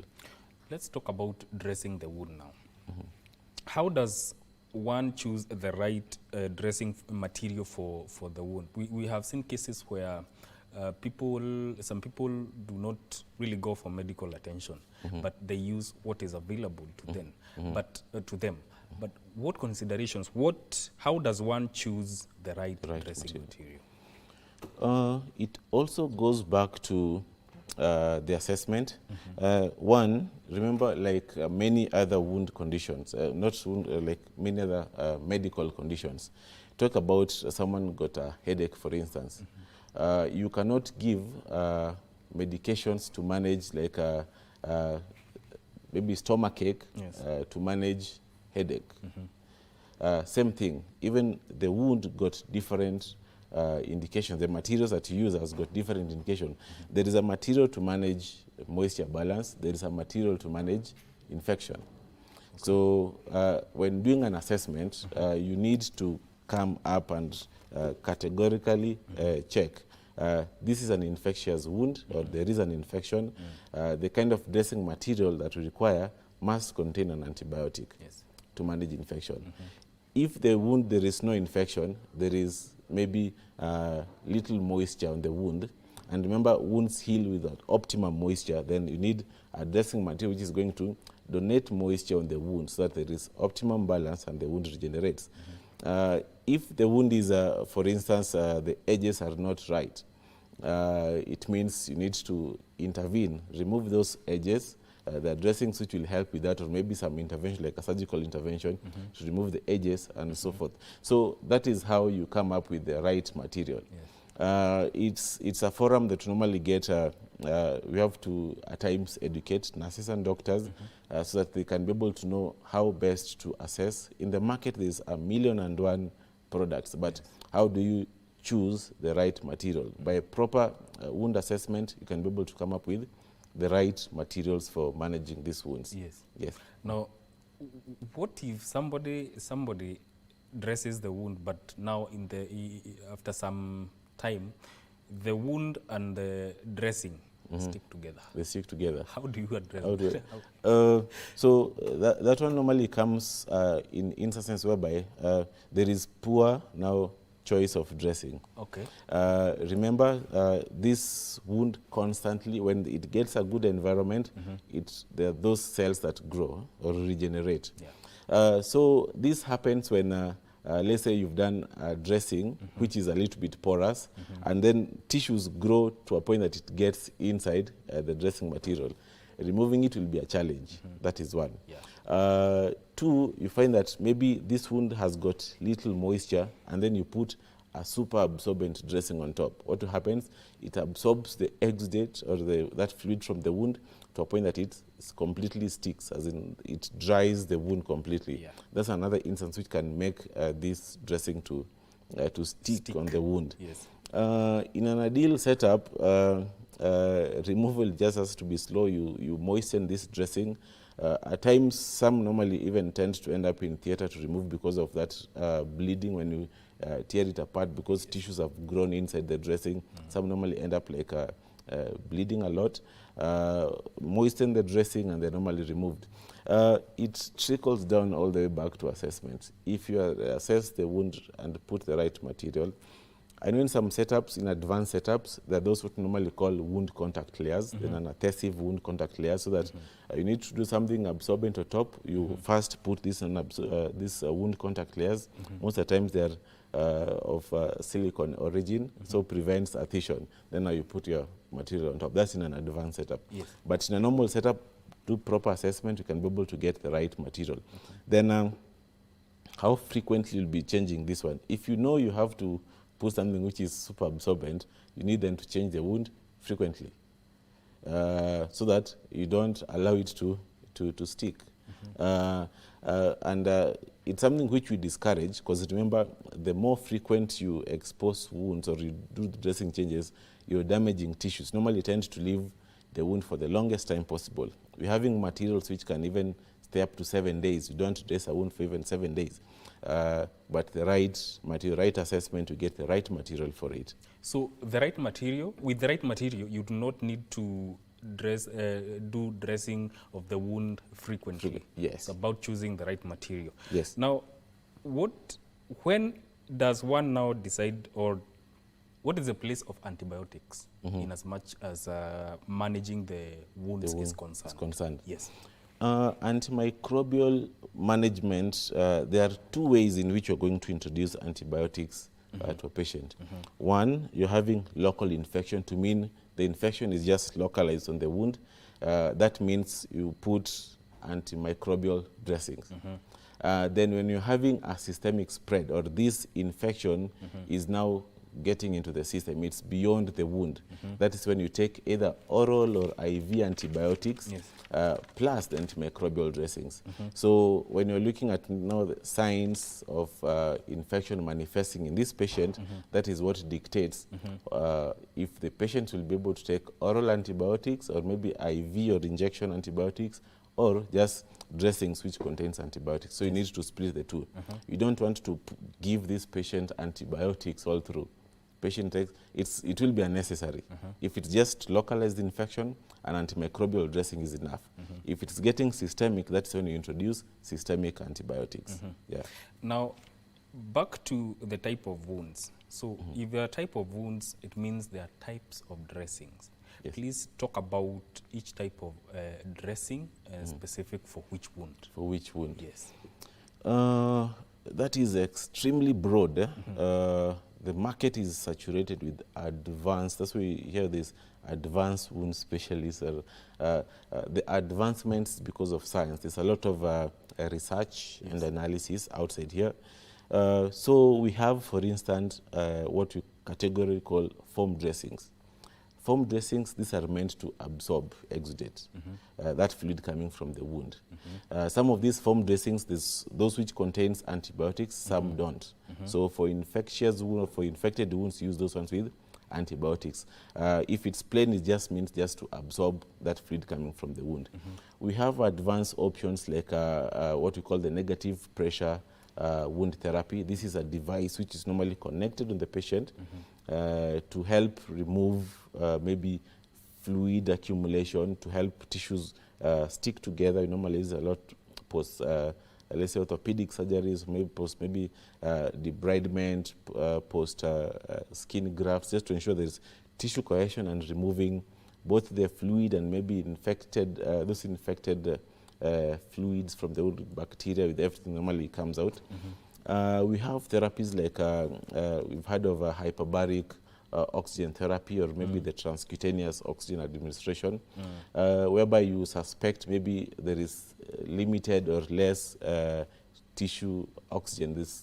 The concentration of oxygen in the tissue is limited. Remember, oxygen is a crucial element when it's coming to wound healing. So if you suspect there is less tissue concentration of oxygen, then you have patients being put on hyperbaric chambers or transcutaneous administration of oxygen. You're having gels. There's some gels which are available in the market. These gels are either used to either moisten the wound or to debride. Normally in our language we say autolytic debride, just to remove the dead tissues. It helps to break down the dead tissues. So we use gels. We're having things like growth factor concentrate, or the platelet-rich plasma, whereby we call them, when talking about regenerative medicine, they're just those stubborn wounds. You've also heard of fat graft. This is a different intervention, helps with regeneration. So in such, you just take the patient's either fat tissues, they're normally concentrated, maybe running a device, then they're injected back in the wound. They quicken the healing process. It's just jumpstart the wound again. So that this is an available technology as well. The dressings are many. You have like activated charcoal dressings, which still also contains antibiotics. Not really absorbent, but maybe for those smelly wounds, you need to take care of the odor. They come really handy. There are many. I cannot be able to exhaust the list. It's a long list. But it trickles still down to assessment. You assess the wound, you can be able to get a whole list of materials according to your assessment, depending on the wound status. Well, for somebody like me who grew up in the rural areas, I saw a time when our older parents used to, you get a cut. Unasikia amekwambia weka chumvi. Is it recommended? Okay, in such a setup, yes. I can be able to say yes. In an ideal setup, no. Huh? But in those setup, remember this salt concentration is going to dehydrate, even including the bacteria. ile tulikuwa in school we used to, in biology, I think, or chemistry. You remember we were talking about diffusion or osmosis, movement of molecules from one area to the other. So you put this salt concentration, the salt is of a higher concentration than that one in the bacteria or in the cells. So it will be going to have some kind of a bacteriostatic effect, whereby it takes in the moisture from even the bacteria, from the surrounding tissues, and tends to dry it up. So the idea was it will stop the bleeding.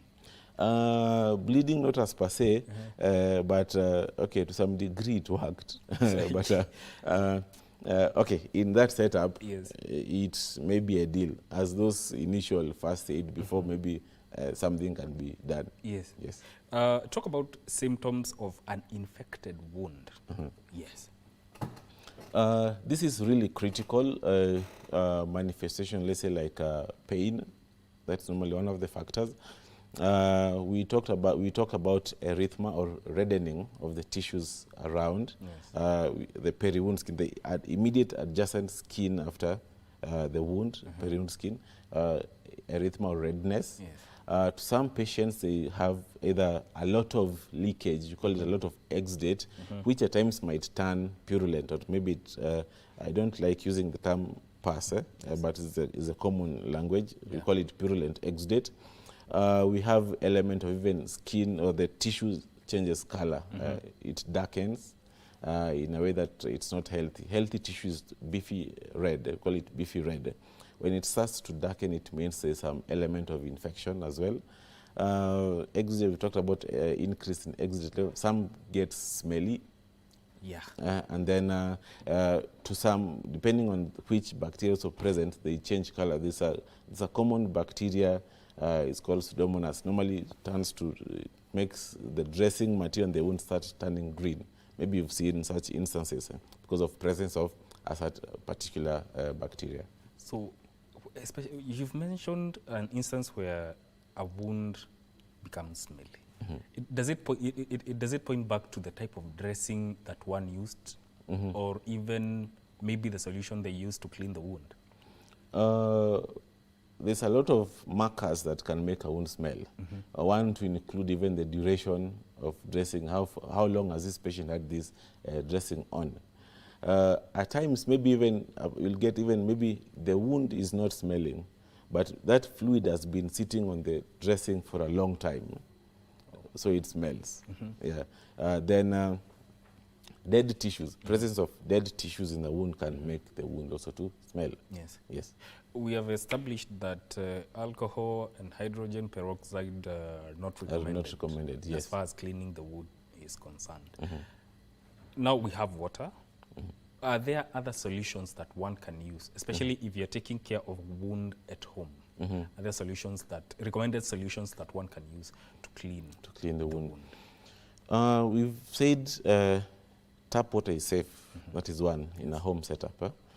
If not available, just take the normal water, boil it, then you can. That's in a home setup. In a semi-advanced setup, there's availability of we call it normal saline solution. This is what normally people are infused with. It has got normal concentration of salt as that one in the body. That it is cheap and readily available. That one is recommended as well. Actually, it's the most recommended solution. Even in advanced setup, that is what we use for cleaning wounds. When in extreme advanced setups, we have already reconstituted chlorhexidine solutions. Chlorhexidine is also an antiseptic. It has some antibacterial effect. But still, even after using it, you have to irrigate the wound and flush it off, because those components are still not extremely safe on the tissues inside. So even after using those ones, they have to be irrigated with normal saline. So the perfect recommended solution is normally this normal saline. It is the best. Now, when is it right now to decide, I'm going to the hospital because of this wound? When does one decide it's time to go to the hospital? Because there are times you take care of a wound at home and it heals, but at times you don't. When do you decide it's time now to go see a doctor? What factors do you consider now? Okay. This is what I can advise the public when it comes to that. Don't wait for a wound to be a hindrance or to affect, like, or don't wait for it not to show signs like it's not healing, then go to a facility. Remember the importance of, or maybe you want to prevent debilitating conditions like tetanus. Yes. You have a cut, you don't know what cut you, maybe you even know what cut you, but the environment is really not ideal. Go to a facility, get this tetanus injection. The shots are going to really help. You can receive even advice like this wound is okay, you can manage it on your own. From get those confirmations from a medical practitioner, like this one you can be able to manage from home. This one, please be coming for dressing changes at the facility. But don't make that decision on your own. Remember, presence of bacteria gain entry, then you're going to have a long time healing that wound. So I wouldn't recommend wounds of any size, any caliber. Don't overlook them. They might be the reason why you're losing a leg or you're losing an arm, because just overlook, like, this is too tiny or something. Don't overlook. Get that confirmation from a medical practitioner. Like, this one, you'll be able to take care of it from home. Or use ABCD to help you heal this particular kind of a wound. Not your own decision. Yes. You've mentioned tetanus, and not many people really know what is it and how it relates to injuries. Maybe talk a little bit about the tetanus immunization with respect to injuries or wounds. Yes. This is normally a very limiting status that might arise when the tetanus itself gain entry into the... So the portal of entry is through the wound. It is something which is common, like, all over in several surfaces, that is infected surfaces. So it will gain entry through a wound. Not necessarily like if you're cut even with something which is rusty that will develop tetanus, not necessarily. But by the fact that you can't be certain that this is a surface which was contaminated with tetanus, that's why you normally go to get these injections. In itself, it's a condition which attacks mostly the muscular system. And it can really take people down. That normal muscular function is lost completely. Coordination is not there. Weakness, general weakness, and managing it is difficult. It's extremely difficult managing, like, tetanus. So just to prevent it, just get the shot. So it's not necessarily that you have to get a cut or you have to be injured for you to get a tetanus? No, there has to be like an injury, even burns. As long as remember we talked about a wound is a compromise in skin integrity. So as long as there's a portal of entry, it means you need to take care of your inner environment. And one of the way to do that is to get the tetanus injection. Yes.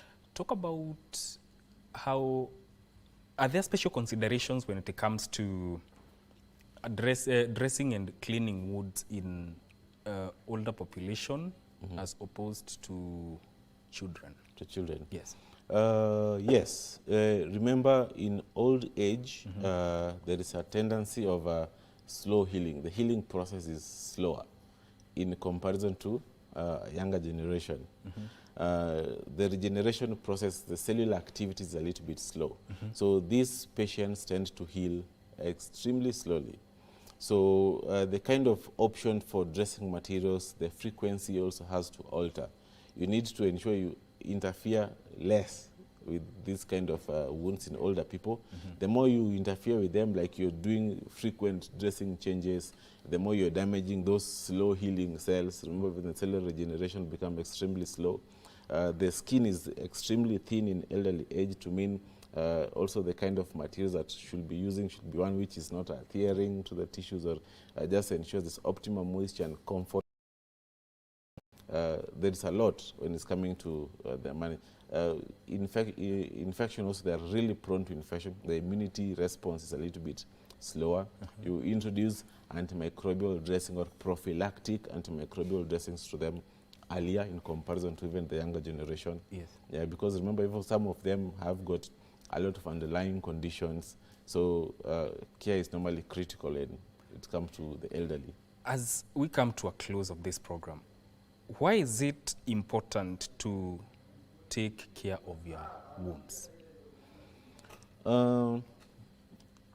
The complications are normally worse. Complication of wounds, that's something which most people normally don't look at. You see, like, this is small. Wounds can be fatal. Let's start by that one. Yes. Depending on the extent of infection and the entry of infection, how the body responds to it, they can be fatal. At times they can lead to even loss of limbs and loss of parts like toes, maybe even the arm, because dead tissues, necrotic tissues, tend to, some people talk about gangrene and everything. Yes. Those are possibility complications of wounds. Yes. So not taken care of well in the initial phases, it means there are complications attached to that. Yes. So it's important to prevent complications related to wound status. Yes. Your parting shot. I didn't see that coming. Remember, wounds comes in as a management of wounds is a multidisciplinary thing. You cannot also be able to look at wounds as an individual. You incorporate other medical practitioners. Yes. So early referral for those facilities not able to take care of wounds appropriately, early referral is part of treatment. And wounds heal best when covered. Yes. So ensure the right dressing has been put on the wound to make them heal quicker. Thank you so much for making time for us. Much welcome. We have been talking to Dr. Kennedy Omondi, who is an advanced wound specialist. I hope you have learned a thing or two concerning dressing and cleaning of wounds. Now, this is where Good Morning Kenya puts a full stop. Until tomorrow morning, same time, same place. My name is Mike Megwe. Thank you for watching and keep watching KBC Channel 1.